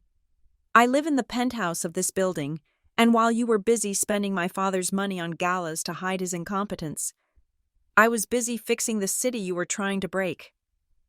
I slid the dossier across the polished wood. It spun perfectly, coming to a stop right in front of William. I have reviewed your proposal for the Riverside legacy, I said. William looked at the folder. He looked at me with eyes that were begging for mercy. And, he whispered, it is garbage, I said. The word hung in the air. It is an amateurish, dangerous, legally compromised collection of pretty pictures, I continued, my voice hardening. Julian's designs violate 14 separate city ordinances. The structural load calculations for the casino are off by 30%. If you built that tower, it would collapse into the river within a decade, killing everyone inside. That is a lie, Julian shouted, jumping up. I am a visionary. You are just jealous. You are just a bitter, talentless. Sit down. Mr. Abernathy barked from behind me. The old lawyer slammed his cane on the floor. Show some respect to the woman who owns your debt. Julian sank back down, cowed. But we can fix it, William pleaded, his hands shaking as he reached for the dossier. Barbara, honey, we can fix the designs. Sterling, you are the best. You can help us. We can partner. Think of the family. This is your legacy, too. I laughed. It was a genuine laugh this time, fueled by the sheer absurdity of his pivot. My legacy? I asked. Last Friday, before 300 people. You said my legacy was drawing pretty pictures and not bothering your wallet. You called me a free spirit, a hobbyist. I was just playing to the crowd, William stammered, sweat dripping down his nose. I didn't mean it. I am proud of you. Look at this. Look at what you built. I always knew you had it in you. You knew nothing, I said coldly. You cut off my tuition. You let your wife and her son steal my work. You threw me away like a broken toy because I didn't fit the mold you wanted. We were hard on you to make you strong, Elena interjected, trying a different angle. It was tough love, Barbara. And look, it worked. You are a success. So now, be a good daughter and sign the papers. We need that zoning variance. I looked at her with pure disgust. You still don't get it, do you? This isn't about the zoning variance. Then what is it about? Julian asked. Money? You want a cut? Fine. We will give you 5%? 10%. I don't need your money, Julian, I said. I have more liquidity in my personal checking account than Lockwood Architects has in its entire portfolio. I leaned forward. The issue isn't just the zoning, I said. The issue is the land, the 3 acres in the center of the development, plot 407. We are buying that, William said quickly. We have an offer prepared, a generous offer. You can't buy it, I said. Why not? Because the owner isn't selling. Everyone has a price, William insisted, his voice rising in desperation. Who is the owner? I will talk to him. I will make him sell. You are talking to her, I said. William froze. Elena went still. What? William whispered. I own plot 407, I said. I have owned it for 14 years. Or rather, Uncle Thomas held it for me until I was ready. Thomas? William's face twisted. That old drunk? That old drunk was the only engineer in this family worth a damn, I said. But here's the best part. Dad, Thomas didn't buy it. Mom did. The color drained from William's face so completely he looked like a corpse. Margaret? He breathed.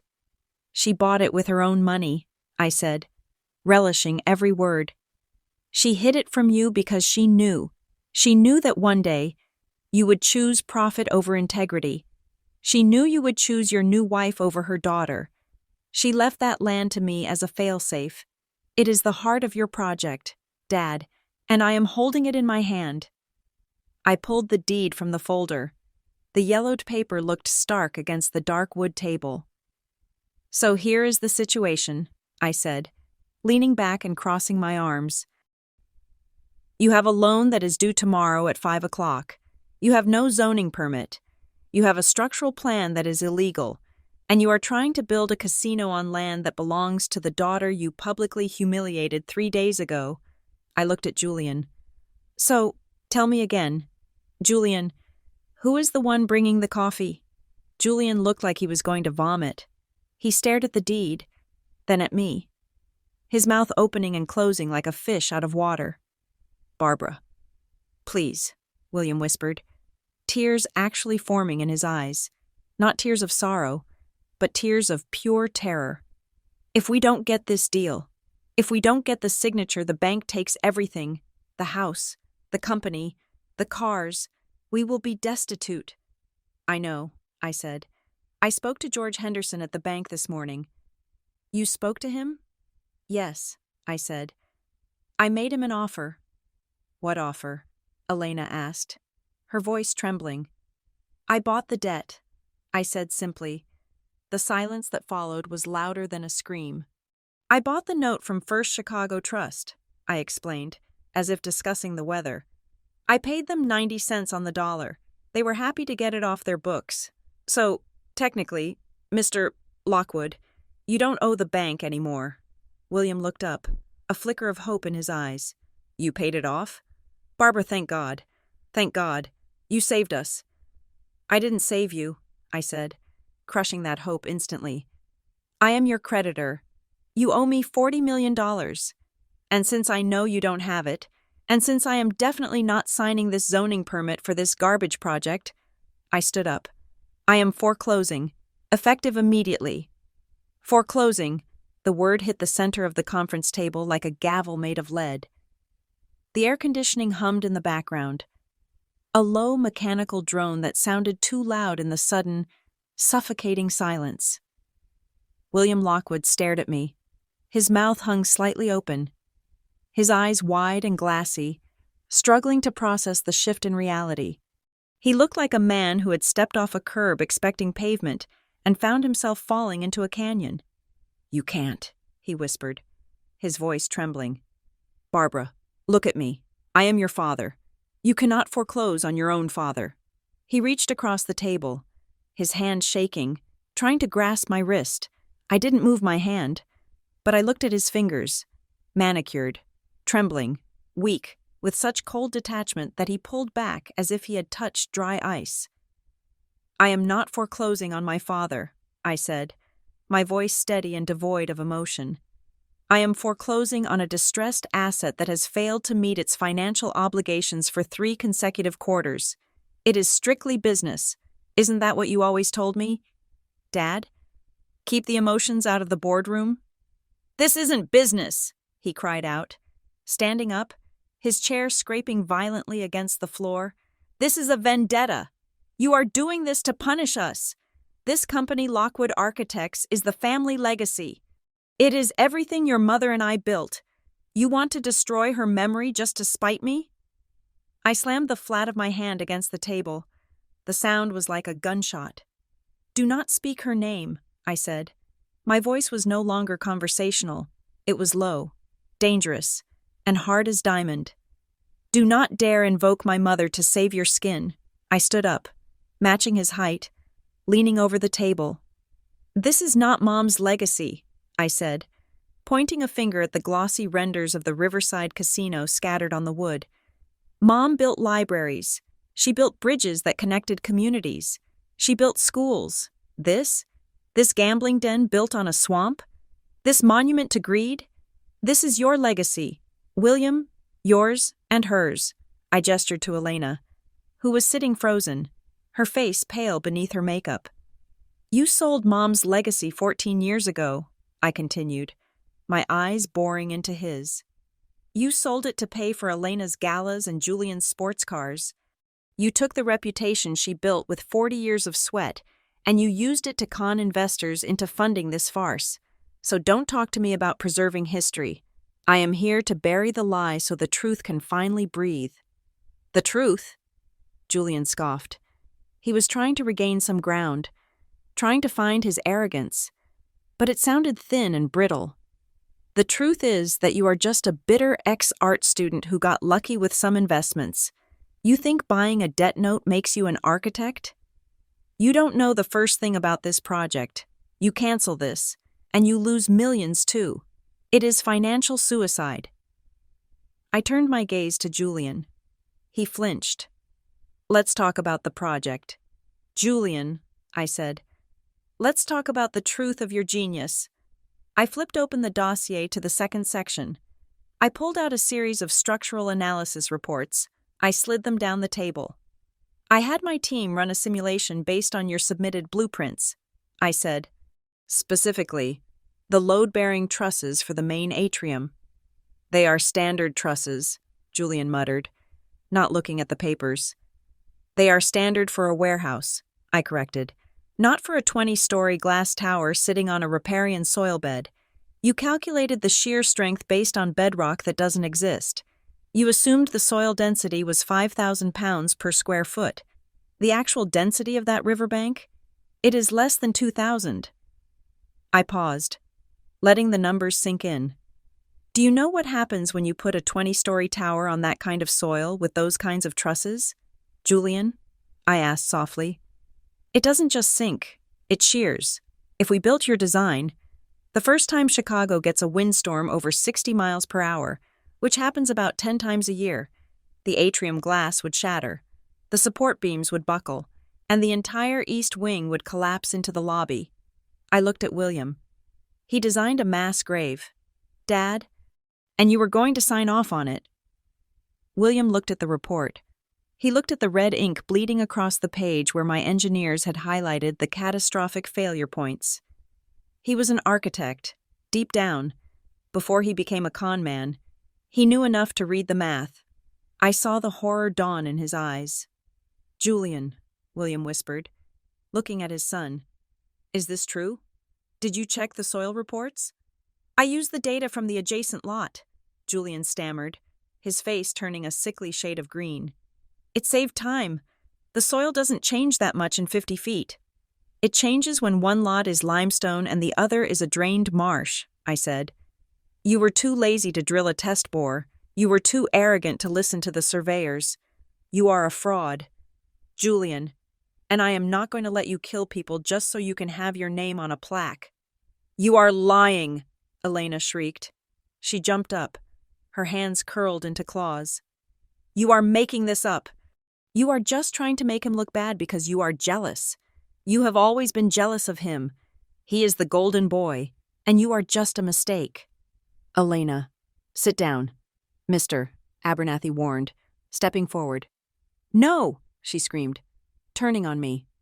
You ungrateful, unnatural child. We fed you. We clothed you. And this is how you repay us? By sneaking around, buying debts, stealing land? You are a thief. You are a snake. I am a creditor, I said calmly. And as for gratitude, I reached into the folder one last time.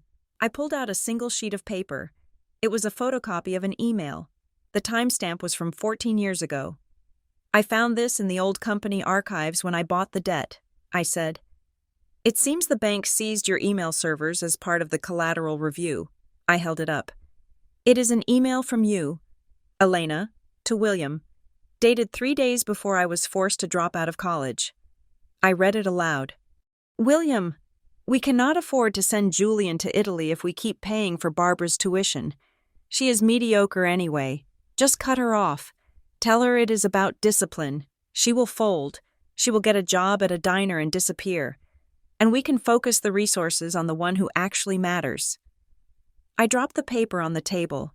It fluttered down like a feather, landing between them. "You didn't cut me off because I was failing," I said to my father. "You didn't cut me off because of the economy. You cut me off because she told you to. You sacrificed my future to pay for his vacation." William stared at the email. He stared at Elena.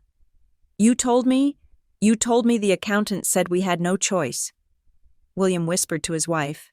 "It was a long time ago," Elena snapped, waving her hand dismissively, though her eyes were terrified.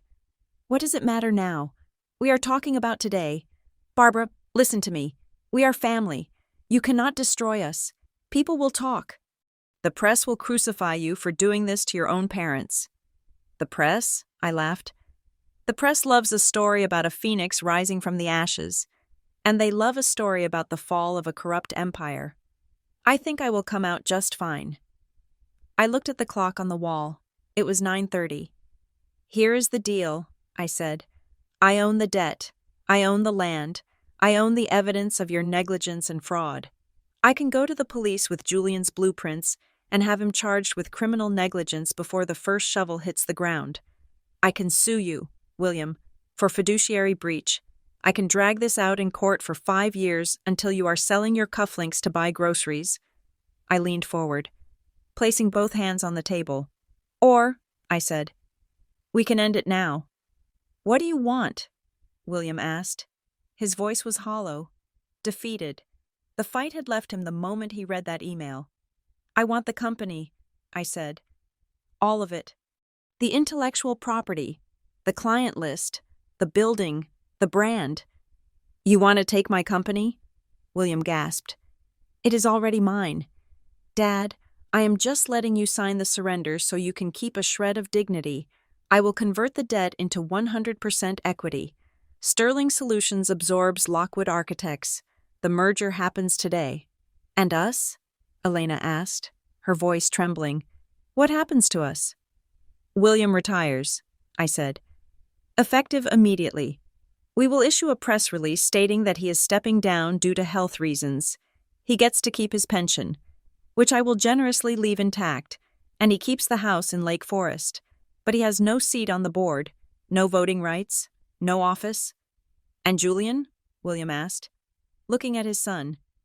"Julian is fired," I said. "You can't do that," Julian shouted. "I have a contract. I have a golden parachute clause. If I am terminated, I get $2 million. "You get nothing," I said. "Because I am not terminating you without cause.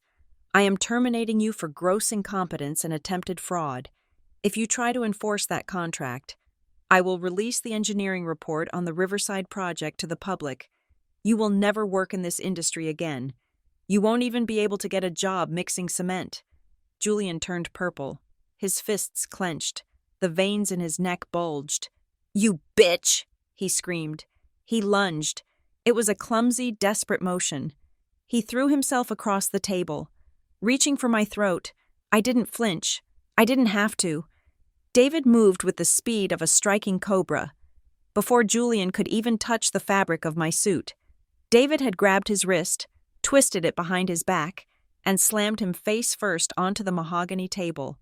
Crack! The sound of Julian's nose hitting the wood was sickeningly loud. "Get off me!" Julian screamed, his voice muffled against the table, blood starting to pool under his face. "Stay down," David said calmly, applying just enough pressure to keep him immobilized. Elena screamed, "You are killing him! William, do something!" William didn't move. He sat in his chair, staring at the email from 14 years ago. He looked at his wife, the woman who had manipulated him. He looked at his son, the fraud who had almost destroyed him. And he looked at me, the daughter who had surpassed him. "Let him up." "David," I said quietly.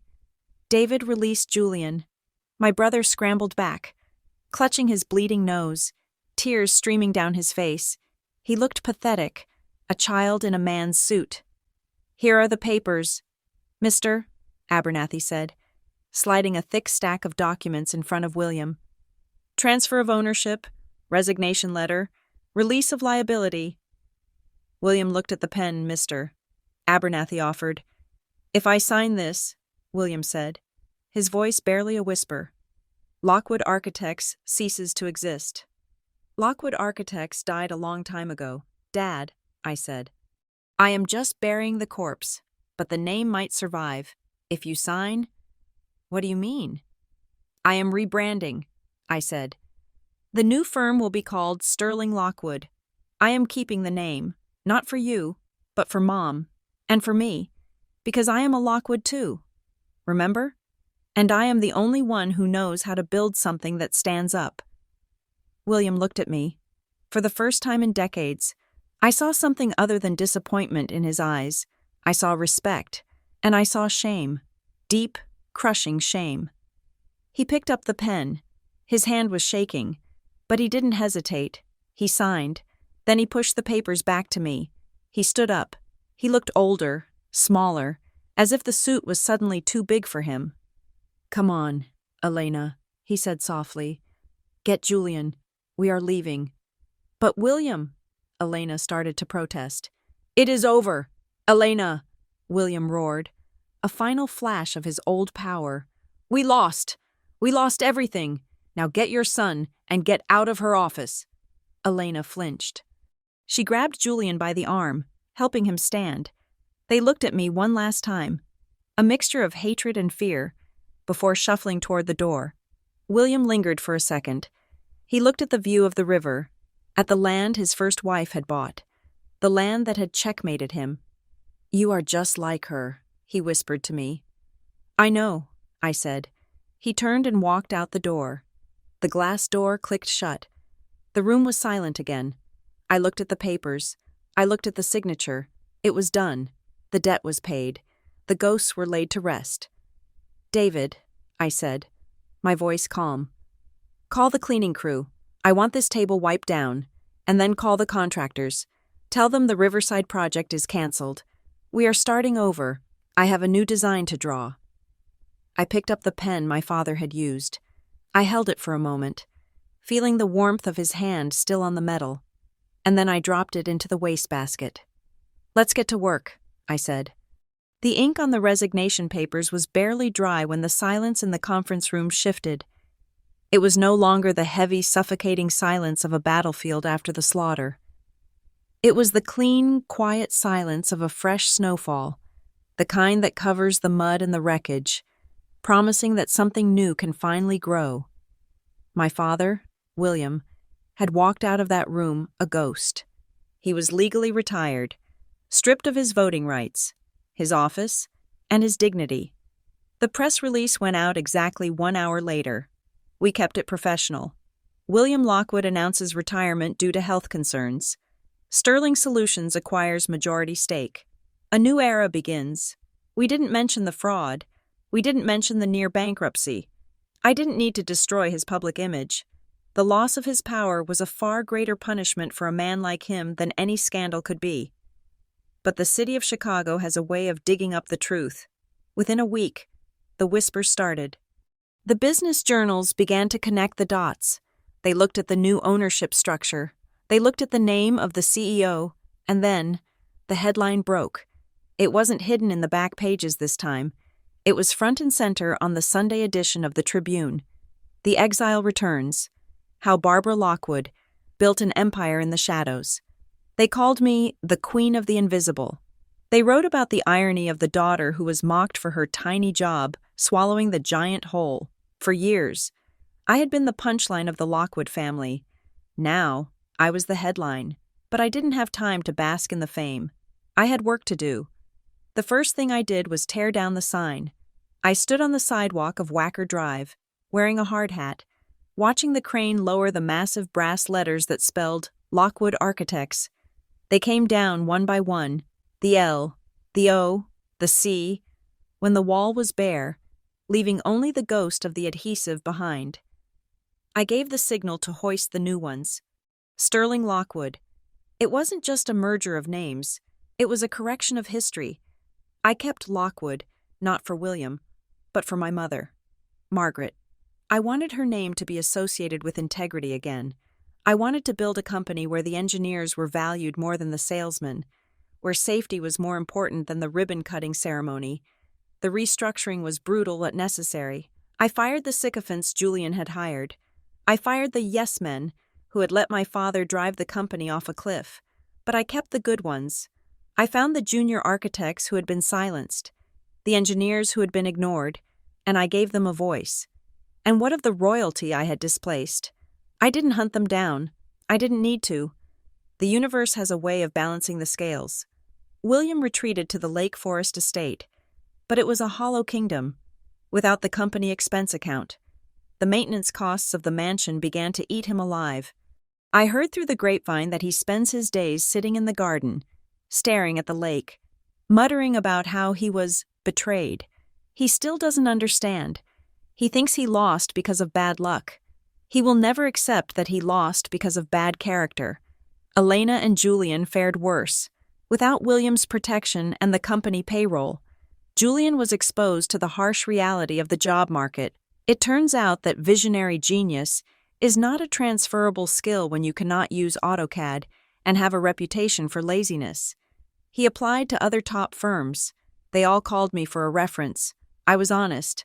I told them exactly what he was capable of. Last I heard, Julian was working as a sales associate at a high-end furniture store in the suburbs. He sells sofas to the kind of people he used to mock. I imagine it kills him a little every time he has to fetch a fabric swatch for a customer, knowing that his sister owns the skyline he can see through the showroom window. Elena had to downsize. They sold the vacation home in Aspen. They sold the yacht. She tried to maintain her social standing, but the Chicago elite are a fickle pack. They smell blood in the water. Once they realized the Lockwoods were no longer the power players, the invitations stopped coming. Elena, who had thrived on exclusion, was finally on the outside looking in. I didn't gloat. I didn't drive past their store to laugh. I simply stopped thinking about them. They were no longer the villains of my story. They were just footnotes.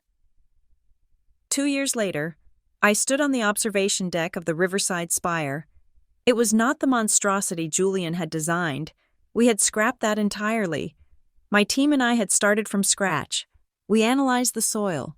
We listened to the river. The new building was a marvel of sustainable engineering. It wasn't a glass box. It was a living structure, wrapped in vertical gardens that filtered the air. A realization of the urban lung project I had designed in college 14 years ago. The foundation was anchored deep into the bedrock beneath my mother's land. It was solid. It was safe. It was beautiful.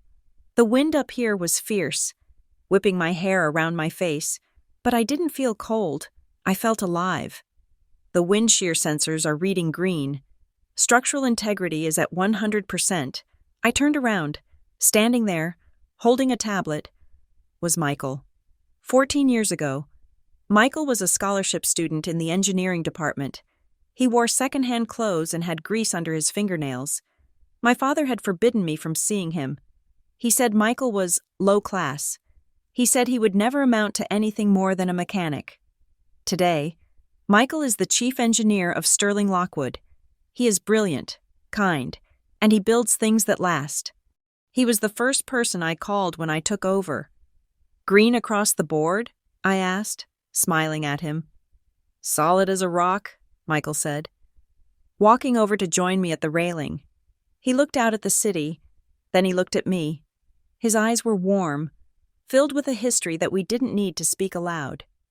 "You did it, Barbara. You actually did it." "We did it," I corrected him. "I just provided the land. You made it stand up." He laughed, a sound that carried on the wind. "Your father said this land was a swamp. He said it was useless." "He looked at the surface," I said, resting my hand on the cool steel railing. "He never bothered to dig deep enough to find the stone." I looked down at the city. From this height, the cars looked like toys, the people like ants, but I didn't feel superior to them. I felt connected. I had built a space for them to live, to work, to breathe. I thought about the girl I used to be, the girl who cried in the bathroom of the Grand Palmer house, the girl who lived in an attic and ate instant noodles, the girl who was ashamed. I wasn't ashamed anymore. I realized then that the revenge wasn't the moment I fired them. It wasn't the moment I took the company. The real revenge was this. It was standing here, in the sun, with a man who respected me, atop a building that proved them wrong, with a heart that was no longer heavy with hate. They laughed at me because I was different, I whispered to the wind. Michael looked at me. What? I smiled, turning to face him. They laughed at me because I was different. I laughed at them because they were all the same. They were all hollow. They measured their worth in gold and applause. I measured mine in steel and truth. And look who is still standing, Michael said softly. Yes, I said. Look who is still standing. I checked my watch. It was 6 o'clock. Are you ready to go? Michael asked. The team is waiting downstairs for the toast. You go ahead, I said. I just need 1 more minute. He nodded, understanding. He squeezed my hand and walked back toward the elevators. I was alone on the roof of my empire. I took a deep breath, filling my lungs with the air of the city that was finally mine. I didn't need to shout. I didn't need to prove anything to anyone anymore. The building beneath my feet spoke loud enough. My father had tried to bury me. He didn't know I was a seed. I turned away from the view. I walked toward the door. I reached for the switch that controlled the external maintenance lights. Click, I turned off the lights, leaving the roof in the soft, natural glow of the twilight. I stepped into the elevator and pressed the button for the lobby. As the doors closed, sealing out the wind, I caught my reflection in the polished steel. I didn't see a victim. I didn't see a survivor. I saw an architect. I walked out of the building and onto the street. I didn't look back. There was no need to look back.